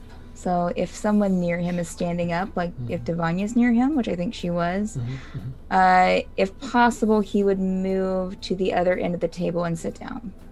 Okay. Here's room. Emil will stand up, nod at Davania, and leave the inn. Okay. All right. Anything for Garrick? It's probably gonna be like, oh, it's too early for this crap. And get a coffee. Perfect. Mort is probably going to. You'll see him just sitting there, sort of mulling over what kind of question does he want to approach? What kind of questions should he ask? And just kind of thinking on it. Aurynn, are you doing anything aside from getting the crepes, or is that the focus for currently? She's taking her sweet time getting the crepes. Nice. As you go up, Aurynn, you overhear the beginnings of someone sharing their tale of the journey and the giant boars and such.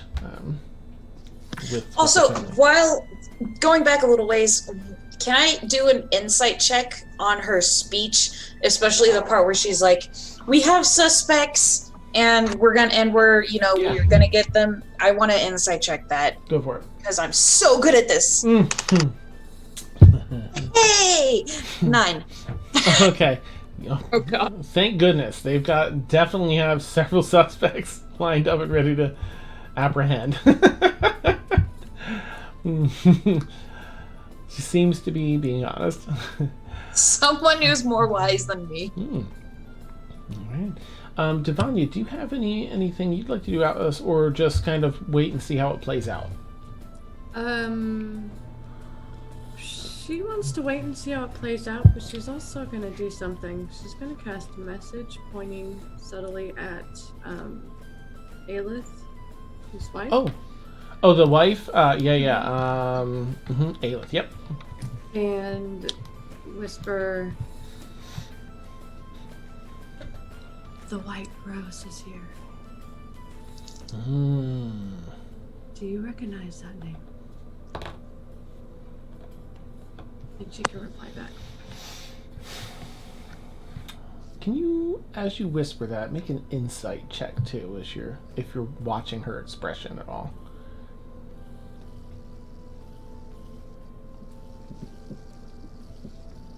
Holy sh! I didn't know what your modifier was, so I watched them. I'm like, oh, whoa. Okay. So you see just the inkling of a pause as she's speaking aloud during that time, as you whisper that with someone, and you just pause for a second. However, you get no response back to your message. The daughters currently are walking their way through the crowds. Some of them, Wixley's heading over to get something to eat. And none of them... well, I'll save that in case anyone recognizes that. But, alright. In that case, is anyone else actively doing anything or waiting to see how things play out? Because I'll advance it a bit if you're all waiting. Aurynn's waiting where he moved to. Okay. And Emil, where have you, or do you want to talk about where you went, or are you just, are you happy with Emil has left? I don't want to shortchange it if you're out doing something. I mean, if Emil is able to just walk out and not be noticed, I think he may try and sneak in the back and listen from the kitchen, maybe.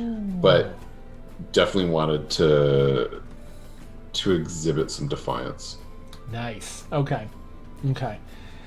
I'd say that I won't even have you roll for that. Excuse me. If any players want to roll to see if they spot Emil, you're certainly welcome to. Good luck. Otherwise, Emil, none of the patrons notice you. They're not high enough level. I think that Aurynn would try to keep an eye on everyone. Right, I forgot. Aurynn's got some heavy modifiers, doesn't he? Yeah. So I guess, Emil, if were you trying to be stealthy from the group as well, or would you care if No, I don't care if the group notices me. Okay. But so, all right. So Aurynn, with your perception bonus, I'd say that, and Emil allowing that, you put the roll. I would say that Rain would try to just spot Emil, just to see where. We need to roll, Dan. All right. As you're crossing the room, surprisingly, from the edge, Wixley bumps into you.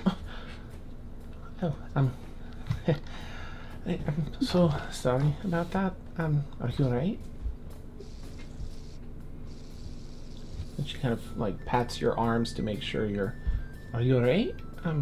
Yeah, I'm alright. And I just kind of flinch when she pats. Oh, I'm sorry. Sorry, that's wait. Was that a pickpocket? I guess if you're if you're peering. I don't know if I'd be set up yet, but yeah, you could be. I'll throw the question set up out there. Yeah, go ahead and make a. I guess that would be an investigation since you're watching.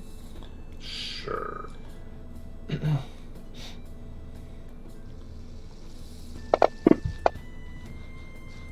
All right, I can't see on that screen. Huh? Damn.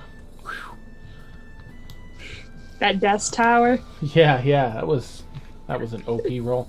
Okay, so yeah, you see her do that, but thankfully it wasn't a pickpocket. She just patted the arms effectively, kept her hands away from pockets.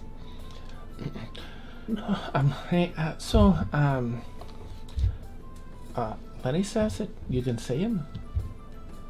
And she kind of scratches underneath. She does this to everyone else, but it's scritching underneath the lizard's neck. How'd you know? Well, I didn't. Lenny did. Oh, and you could see Rain just kind of.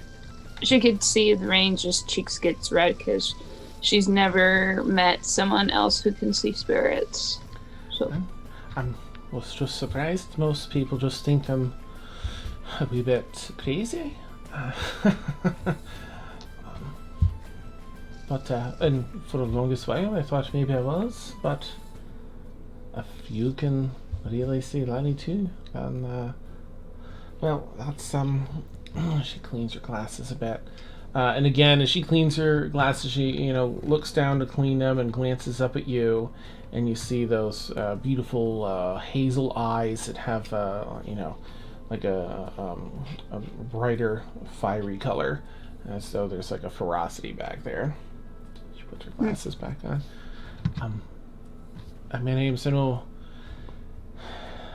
My mother decided to always announcing us everywhere we go. It's rather embarrassing, but my name's Wixley.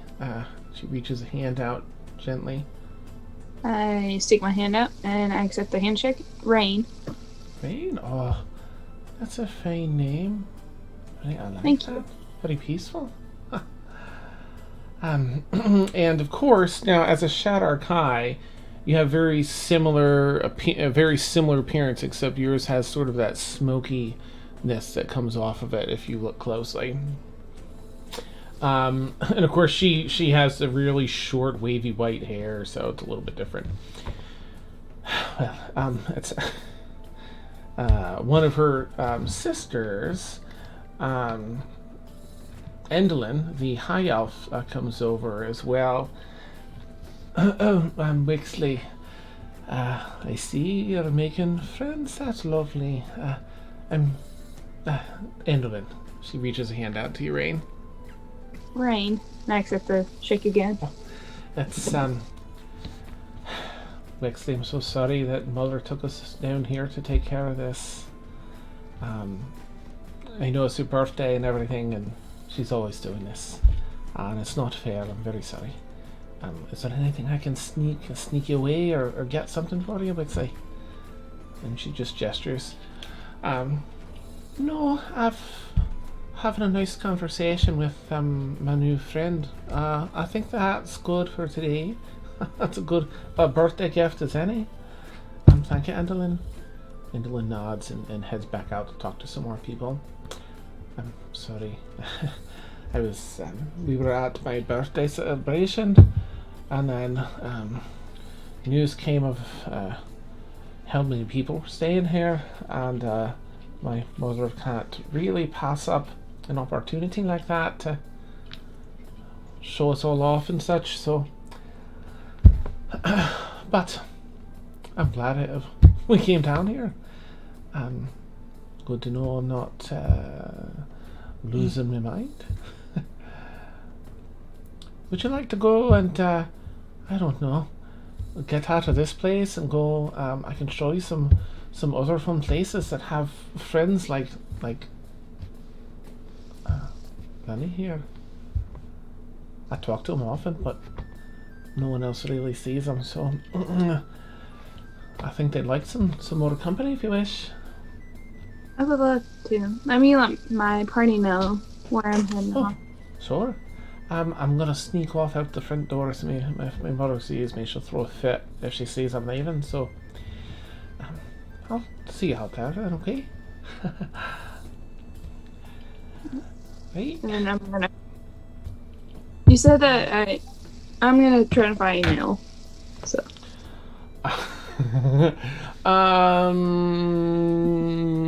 If I can. Make a perception check. If you would. I mean, Emil's trying to stay out of sight. He's trying to listen, but he's trying to stay out of sight. Yeah, so. I don't know 24. That's good, but still not close enough to get, unfortunately, to see Emil. He is very well hidden. What did you roll? What did you roll, my sir? Emil is in a different room trying not to be seen from anybody in that room, so... He has, the DCs.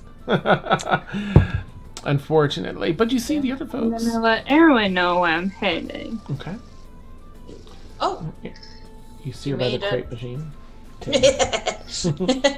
she's got like a plate in each hand, and then like a plate above her head that's being held by the mage hand. Nice. I'm hoping that's all for you and Blueberry. I should get some for Blueberry. You're right. You said you made a new friend though. Not intentionally. One of the mayor's daughters can see ghosts, and I want to know how. She has a little lizard on her shoulder. Yeah. So. Okay, she'll give Rain the crepes. Here, one for you, one for her. And then she'll turn back to the crepe maker. Hi. You're back. I want to know how big are the stacks? It's just like 2 or 3 or 6 crepes on each plate. Okay. Nice. Variety of fillings. And Aurynn, is there anything happening that you were waiting for? No. Well, didn't they tell everyone to sit down? Like, didn't they get upset when people? Yeah. So that's that's why he didn't want to be associated. I mean, not associated. He didn't want. He wanted to kind of And also, may I ask where the conversation with Rain happened? Did it happen in the room? It's in the room, a little bit away from the table, but Question. Yeah. And you might have to roll for this or something. But could Aurynn see? Was it Ingloden that was speaking to her? Let's see. Who went over there? Endolin. Mm-hmm. Indolin. Why did I spell that weird? Ingloden? Oh no. You're fine.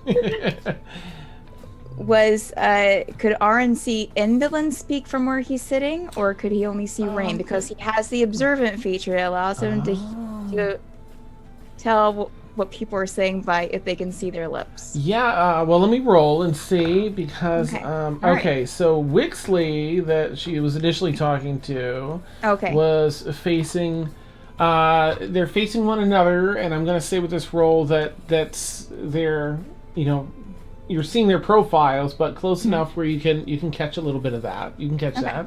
Okay. But Endolin that came up had her back to you, unfortunately. Okay, that's fine. All right, that's all I need to know. Okay. All right. Anything for anyone else before we move on with things? Yeah, Auryn is just waiting for a moment after whatever they asked for people to sit down at to go up and introduce himself, which he'll wait until after they're done speaking or whatever. Actually, Adriel comes over and approaches your table where you're sitting. This is the 32-year-old half-elf.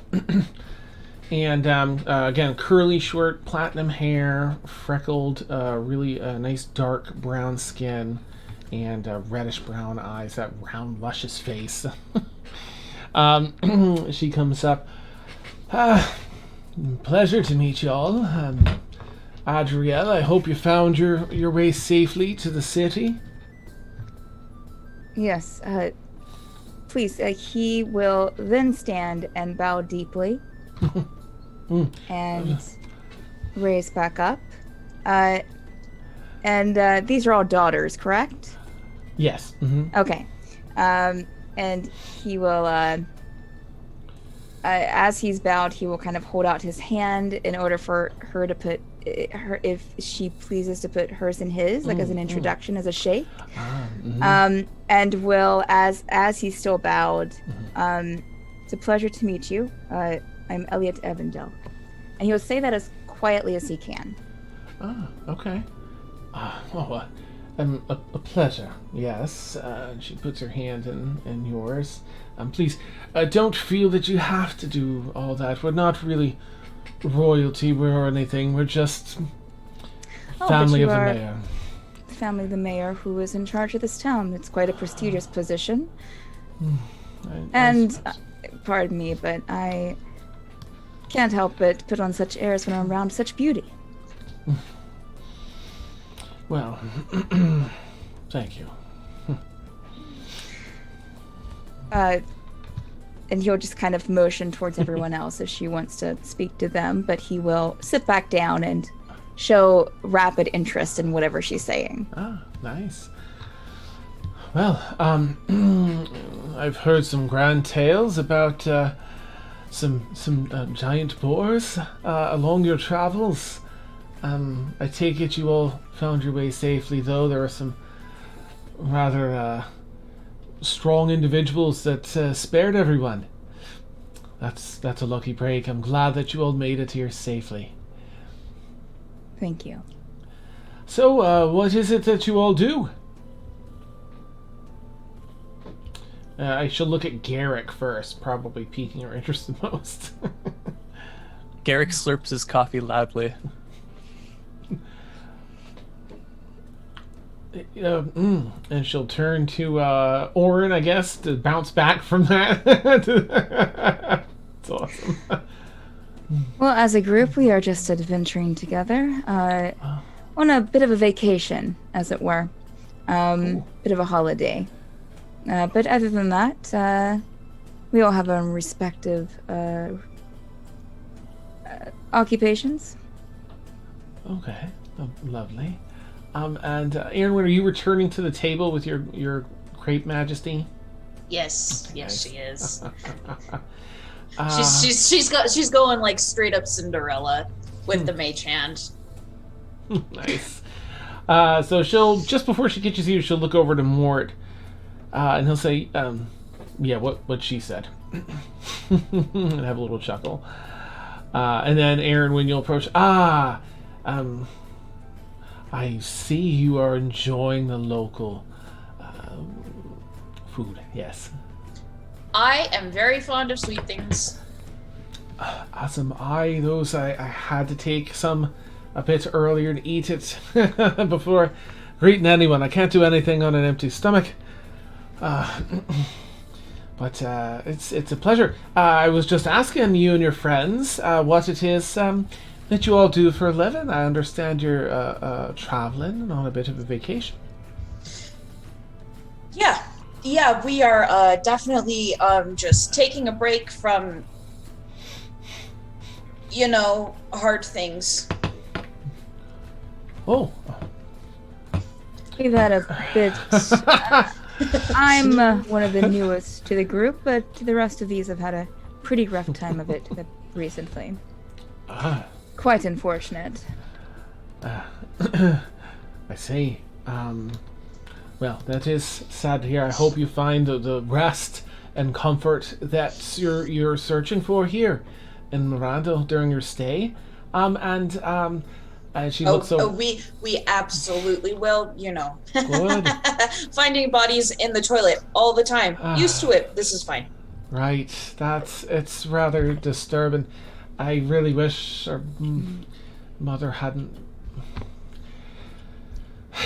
And you? She looks over to Davania leaning against the wall. Might I ask? Wait. She hands her a plate of crepes.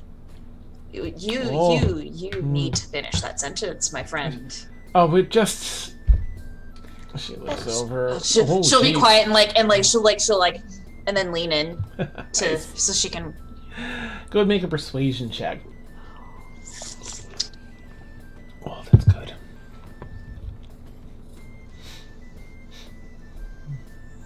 $16. Okay. She continues. Well, sorry. It's just family matters. But and you? She turns to Davania. What? May I ask? What did she do that you're?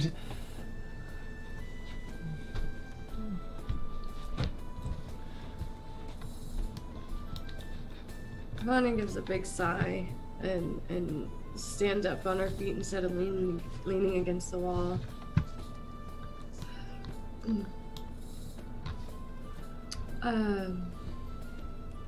I'm Marion. Pleasure. I work with. I'm not even gonna say it. Too many jokes. Woodworking. Wood. Mostly hardwood. I was gonna say I work with wood, but that's a can of worms. That's awesome. Yeah, and paint them as well, make figures and such, and that's wonderful. My mother is actually a craftsman. She did carpentry work in times past. How interesting. I've been trying to buy some property here, but it seems that the amount is a bit great. Oh, well, that's a shame. I know that there's, well, you have to consider where you're looking to set up. Too, I'll tell you, Gavin will. It's not that he's trying to sell the best prime land, but you can do a little haggling, I think, and wiggle that price down a bit. Knowing Gavin, we'll try to get what's fair and best for the city. He won't overcharge anyone, but there's always a little bit of room. Gavin will back down a bit, I'm sure. And she kind of brushes her hand through that curly, short platinum hair, and just kind of glances, the light hitting the reddish brown eyes as she just sort of looks at you for a moment. Can I ask you something? Sure. Yep.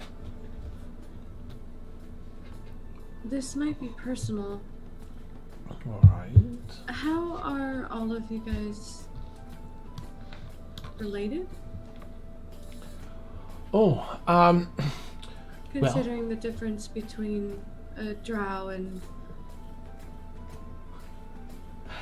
Yes. It's a question we get quite often. Well, we're actually our father is not our father. Well, he's Wixley's. Wait, no, hang on, no, she's a 32-year-old. So our father is that's my father with my mother. It's because she's a half elf like her mom. And my two sisters are my mother's, not my father's. So that's where a little bit of the difference comes from. They have some different dads. Okay. Should actually go and sit down at the table and start whittling away at something, and it'll actually be a carving of her as everybody's conversations keeps going. Okay. Emil, can you make a perception check with advantage from your what's the word? Your kitchen blind there. Yeah.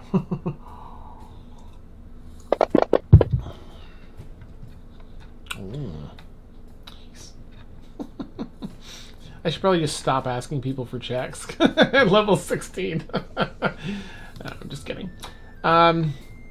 Okay, so you hear the mayor's wife very loud. You can tell from in there that she's this is like the equivalent of a photo op for her. Very much making about her and about the city and a little bit about her husband, but brings everything back around to her. And effectively trying to be out here and get her face out here and just be the center of attention out here.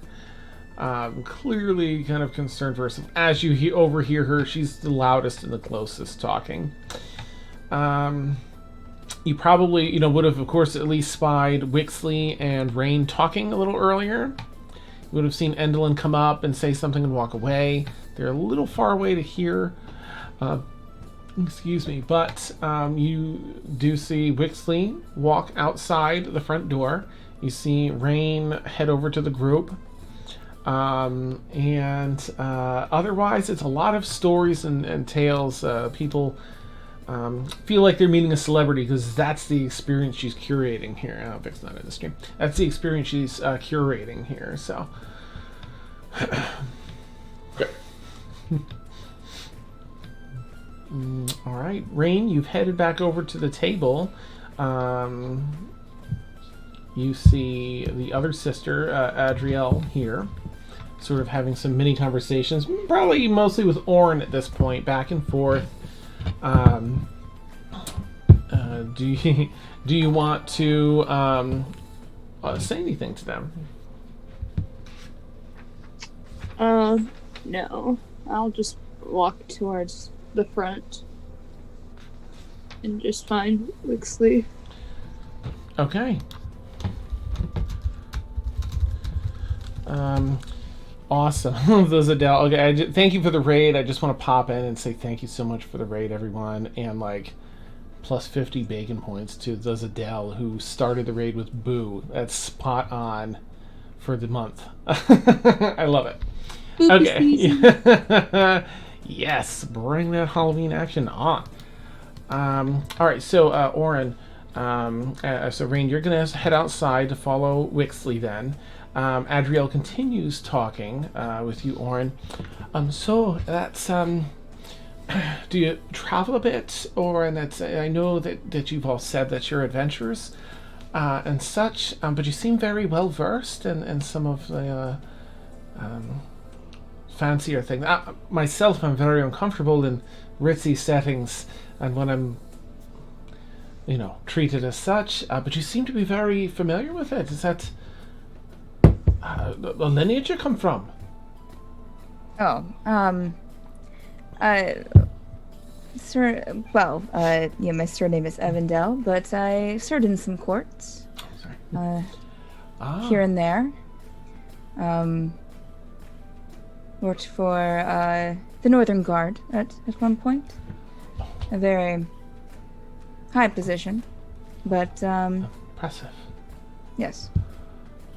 Well, and she'll get kind of wrapped up in that conversation with you for a little bit, finding someone she can talk with and not be like, people fanning, over her, but having an actual conversation. All right, Davania. So you're whittling. That's working on that little on that wood. And eating, Garrick's drinking coffee, Emil watching. All right, Blueberries is just sort of like tennis watching the conversation going back and forth. Aurynn at some time would probably ask to be introduced to the mother, okay. as gently as he could, without making it seem like he was over eager to, but just like, I would love to meet your mother, if she would like mention her. She probably would again at some point. Certainly, that's right. Let's head over. Yeah. He will stand as she does and gesture her to go forward. Thank you. And he'll lead you over there. I'll bounce over to Rain, and we'll get back to the moms. Okay. So Rain, where's my mouse? You have stepped outside. Okay. The crepes in my hand that Aurynn gave me. Oh, what's that? Sorry. Oh, the grapes. Yeah. Okay, the 2 mega stack plates full of grapes. You head outside, and outside is Wixley. Just pacing back and forth. Oh, you came. I'm a bit relieved. Sometimes people say they want to hang out, but then they don't. So that's great. What do you have there? It's crepes. Oh, those look good. Right. Are they all for you? Not quite. One of my party members is a big sweet person dragon. What's so she handed me these. Unintentionally. Right. All right. Well, I suppose we'll just have to eat them then. Yeah. She's looking for your approval, Rain. Yeah. Sorry. Oh, great. All right. Well, let's go take a look at our friendly ghosts, and again, part of this, they're gonna love your company. I'm sure of it. But it's also a wee bit for me to make sure that I'm not in fact mad. But if you can see them like you can see Lenny, then that's great. That means that I'm not crazy. And she'll kind of gesture a little, thing, and then take a plate of crepes and start heading off there is to that bridge that runs over the river towards the entrance of the city. And she'll actually walk down to the river bend and head not under the bridge. There's an embankment under there that runs aside the river, but over toward that area. And you can see here there are, in fact, some ghosts down here. See about 5 of them. 3 of them in the water, sort of wading around on the river's edge. The other 2 seem to be laid out in the way that they died on the bank of the river here under the bridge. All right, so I'm sorry, these just make it a bit hard to see the ghosts properly. I'm just gonna take those off for a moment. Just fascinated when she shows Rain this. Rain just automatically takes the journal that Mort gave them and just finds a blank page and just starts taking notes. Oh, what's that? If you've got would you like to meet? What's that? I just show her. It's hard to explain. It's a whole bloody notebook. So you've met all these ghosts then? Well, not all of them, but I just observe without getting too close, I guess. Wow. Well, let's add Clifton to your notebook then. Come on. And she kind of pushes a shoulder, seems to interact slightly with one of the ghosts on the embankment there, who kind of wakes up out of their ghostly like bleh. And sits up and some water pours out of his mouth.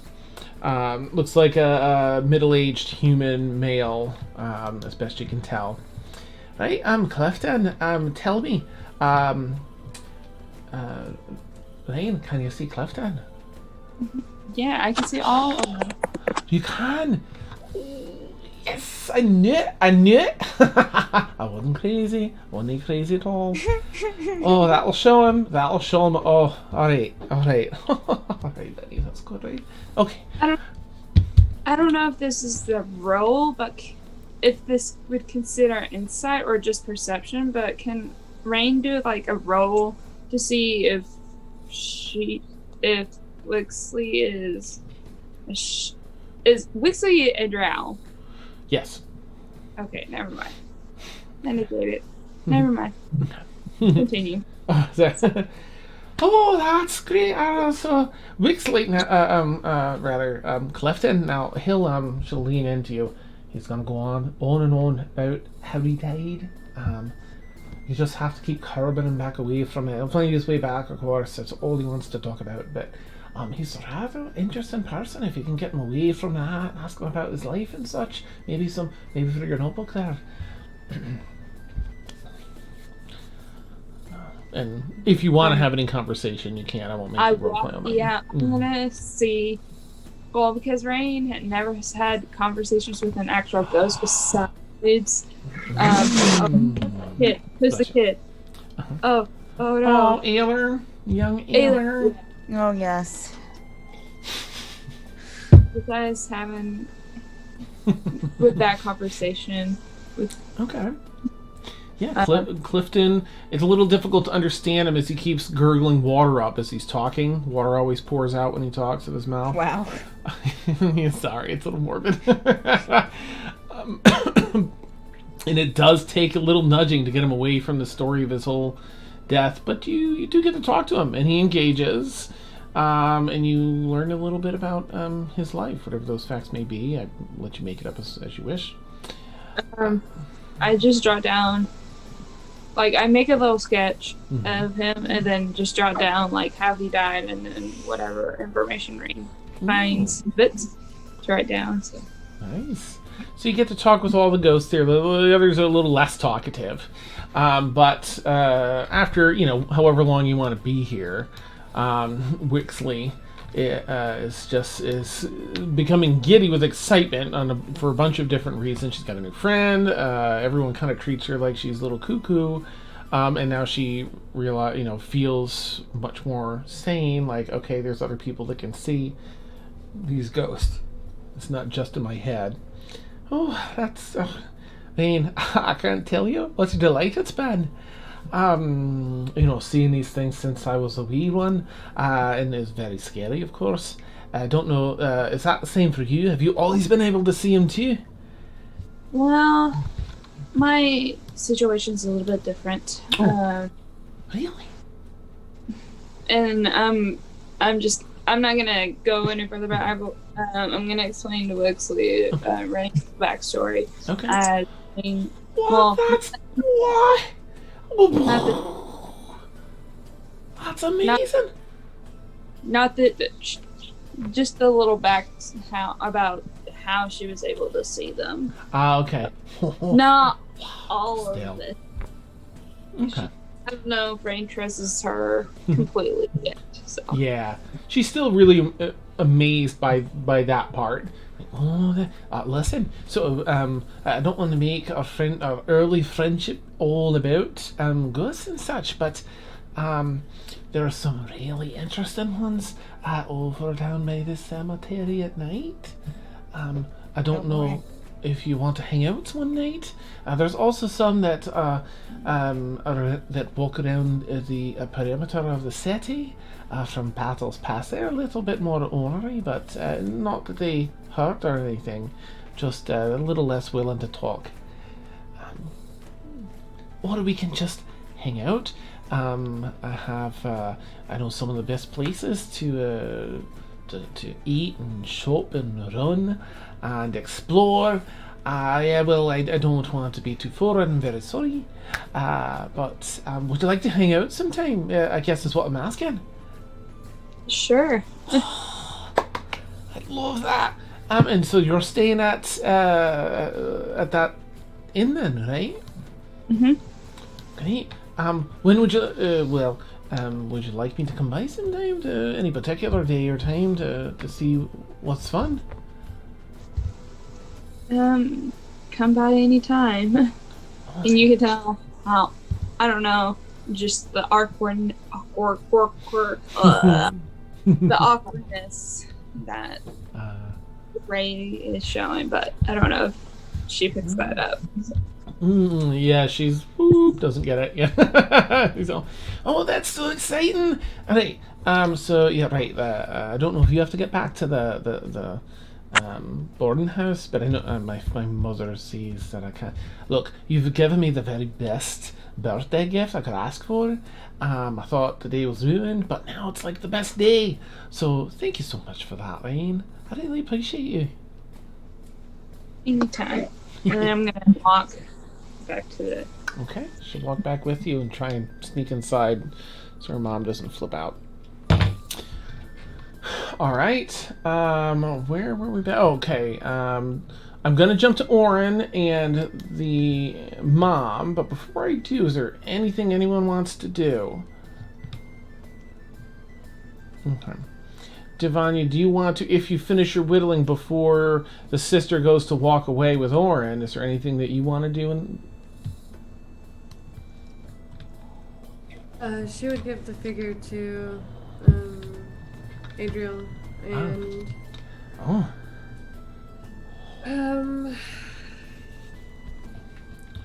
definitely would want to try to eavesdrop. Actually, no. She will follow Aurynn completely. Oh, it's green, so it's green screening it out. That's silly. Thought I could be silly with that. Here, we'll just do a popsicle stick. There you go. Oh, this is lovely. Look at the resemblance in that face. That's It's uncanny. Best ever, guys. Best work ever. Can we make a canon that all of Davania's figures have looked like this? Oh, I'm so sorry, Davania. I'm so sorry. Wow, that's very interesting. I love it. You really weren't kidding about your skill. Wow. Thank you so much. And I forget the name you gave, but she doesn't, so she'll just reference you as the name you gave. And you sense sort of a fondness. She appreciates the work, and there's a bit of a fondness for you. Sorry. And sorry, Aurynn, she remembers the name you gave her, so she references you with that as well. Right. So let's go see. She loves to talk, and she loves to talk about herself. So just to. Right. Do you mind if I come with you? You'll see a look flash over Aurynn's face, but of course you may. He is going to send a message to Davania, and just tell her that his name is Elliot. You hear Aurynn say that. All right. She'll reply back with Marion. He will nod at you. The three of you approach, and they kind of wave through because of the daughter, and the mother, Alys. Hello. Yes. Auryn will do this deep bow again. She with the same hand gesture. Elliot Evandel. Yes, that's pleasure to meet you. Yes, your pleasure. It's she goes in like full on into that whole royalty bit. And this is my friend Marion. Lovely. She's with my group. Oh, wonderful! Yes. Now you two seem to fit the description of a couple of the heroes of this trip. Yes. Battling the giant boars. Oh, yes, that was our party, correct? Well, I wish to give you my grandest, utmost thanks for ensuring the safety of all these wonderful people here to Miranda. Please, if it was to protect a town with such beautiful people, I would have done it in a heartbeat. Yes. See, I'm glad that you see the beauty and magnificence of Miranda, truly. A city where dreams can come true for all people. Definitely. She looks at her daughter and, yes, please make sure that you're... She kind of looks at the two of you and, of course, corrects what she's going to say. Engage. Yes, people want to see you and get to know you. Go, Adriel. Adriel gives a nod to Aurynn and Davania. Another deep bow. Nice. The mom seems to appreciate this. Yes, well, do tell me. Clearly you're adventurous, yes? Yes. I'm not really sure. It seems, I'm sure, compared to your daily activities here, our work will probably seem boring. But what if you would like to know something? I'm sure that we can talk about it. How's your husband? I haven't had the pleasure of seeing him while we're here, but we've only been here since yesterday, so. Yes. She's just gonna do a quick check. Nope. Okay. Mal, yes. That man works his fingers to the bone for the people of the city, burning the candle at both ends. He's always just so busy, seeing to the needs of his people. Insight check. Yeah, go for it. Same. Okay. She's just standing there listening, like she's just. That's a 20 total for Aurynn. Oh. She knows if she opens her mouth, she's not going to say anything nice. All right, so we've got 17 for Davania, and I'm sorry, what was yours, Aurynn? 20 total. Ooh. I mean, you can both tell 17 and higher, so you can both tell that. Yeah, I mean, this is total smoke. She's blowing up your asses. Yeah, I'm sure he works at something. He's not working super diligently for the people of the town. Right. I'm sure. Yes. I haven't had the pleasure of being here before. Miranda seems quite lovely. Such a wonderful city. I haven't seen any sign of, honestly, a bad part of town, and that's hard to come by. Congratulations. Thank you. It's been a lot of work, I won't lie. Oh, and the stress it puts on me, but my husband, of course, and the officials, yes. But oh my goodness, it's taken years off my life, no doubt. But yes. You must keep the town safe. You must keep your beautiful daughters safe. Yes, my children. And the town, it's all about the townspeople, providing a pleasant life, a life where you can achieve your dreams in the relative safety of the walls. We haven't had any attacks on the walls in years. This unfortunate mess here is very rare, which is why I thought I needed to address the people. Certainly. We did our best to calm the fears yesterday and to not let people get too overdramatic. So I have heard of Miranda before, however, and of course, this person was quite aged. They refer to it as a mining town. And yet, I haven't seen any mines here. You're just gonna do a fresh check when you say that.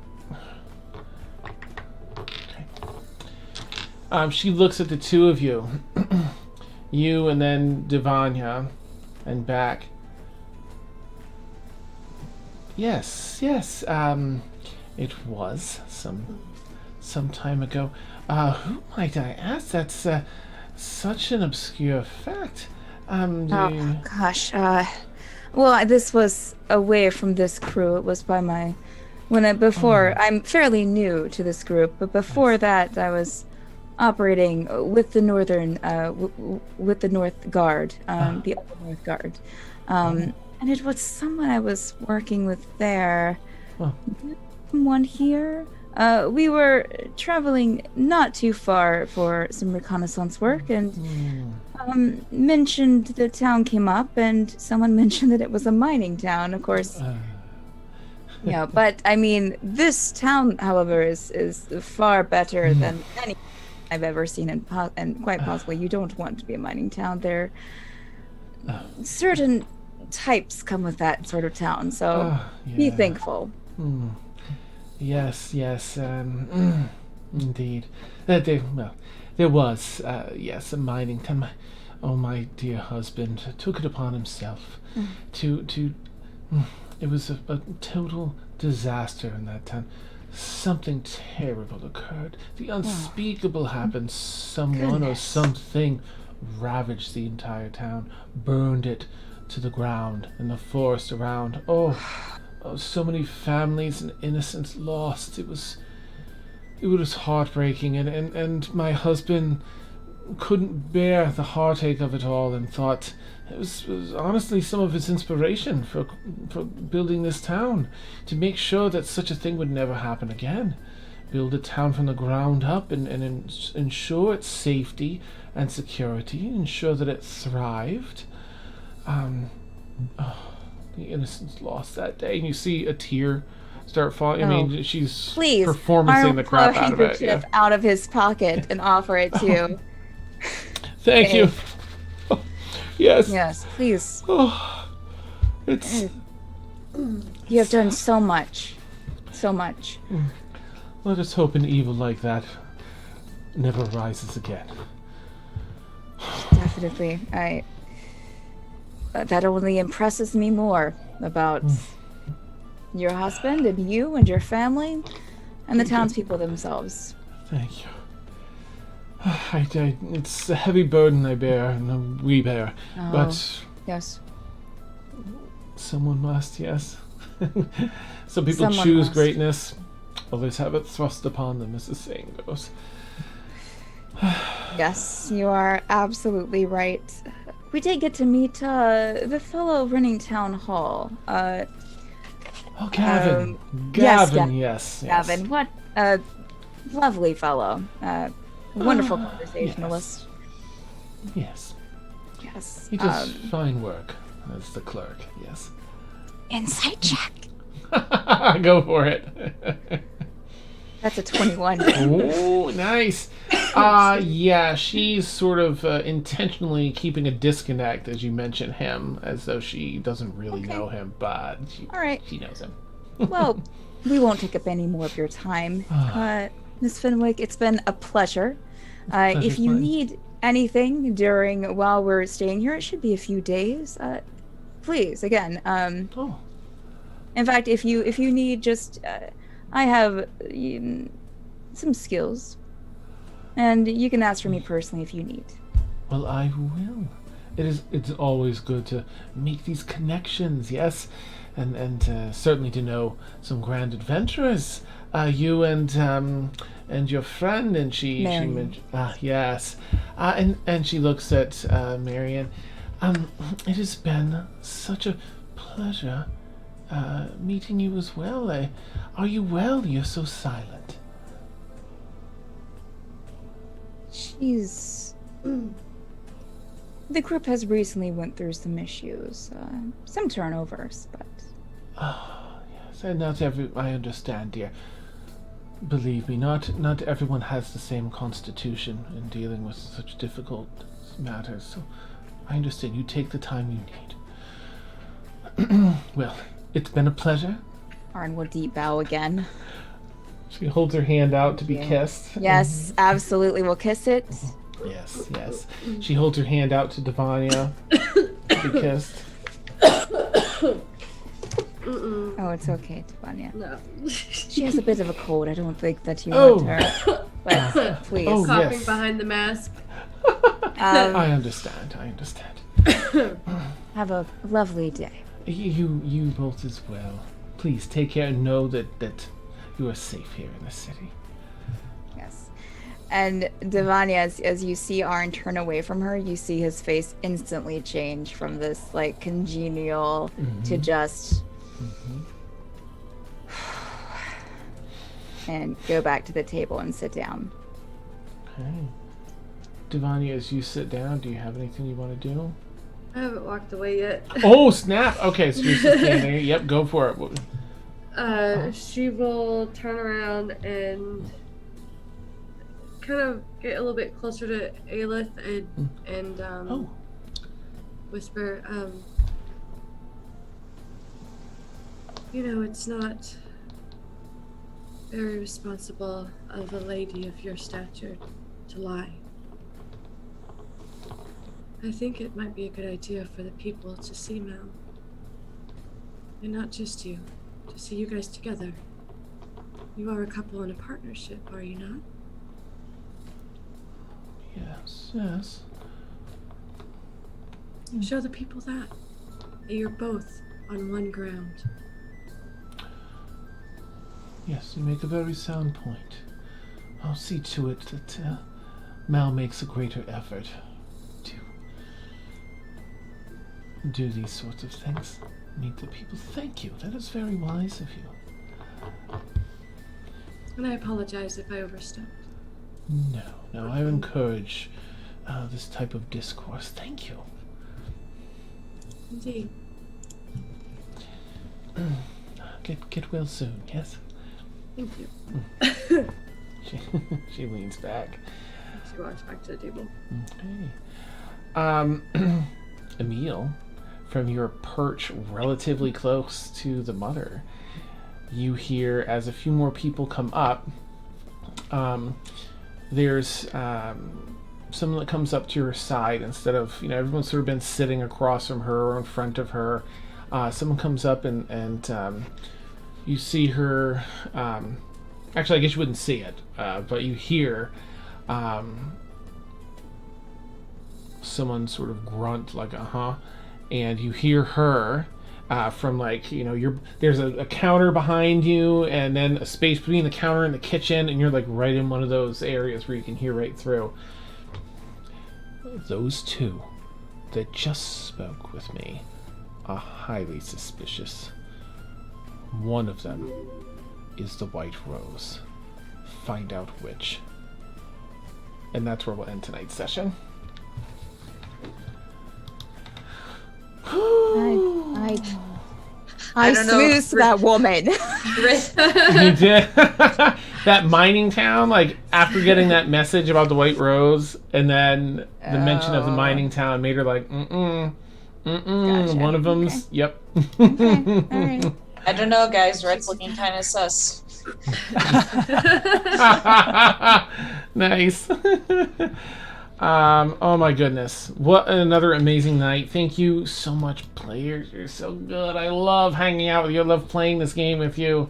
You make it so super fun. Thank you so much. Oops. I can type.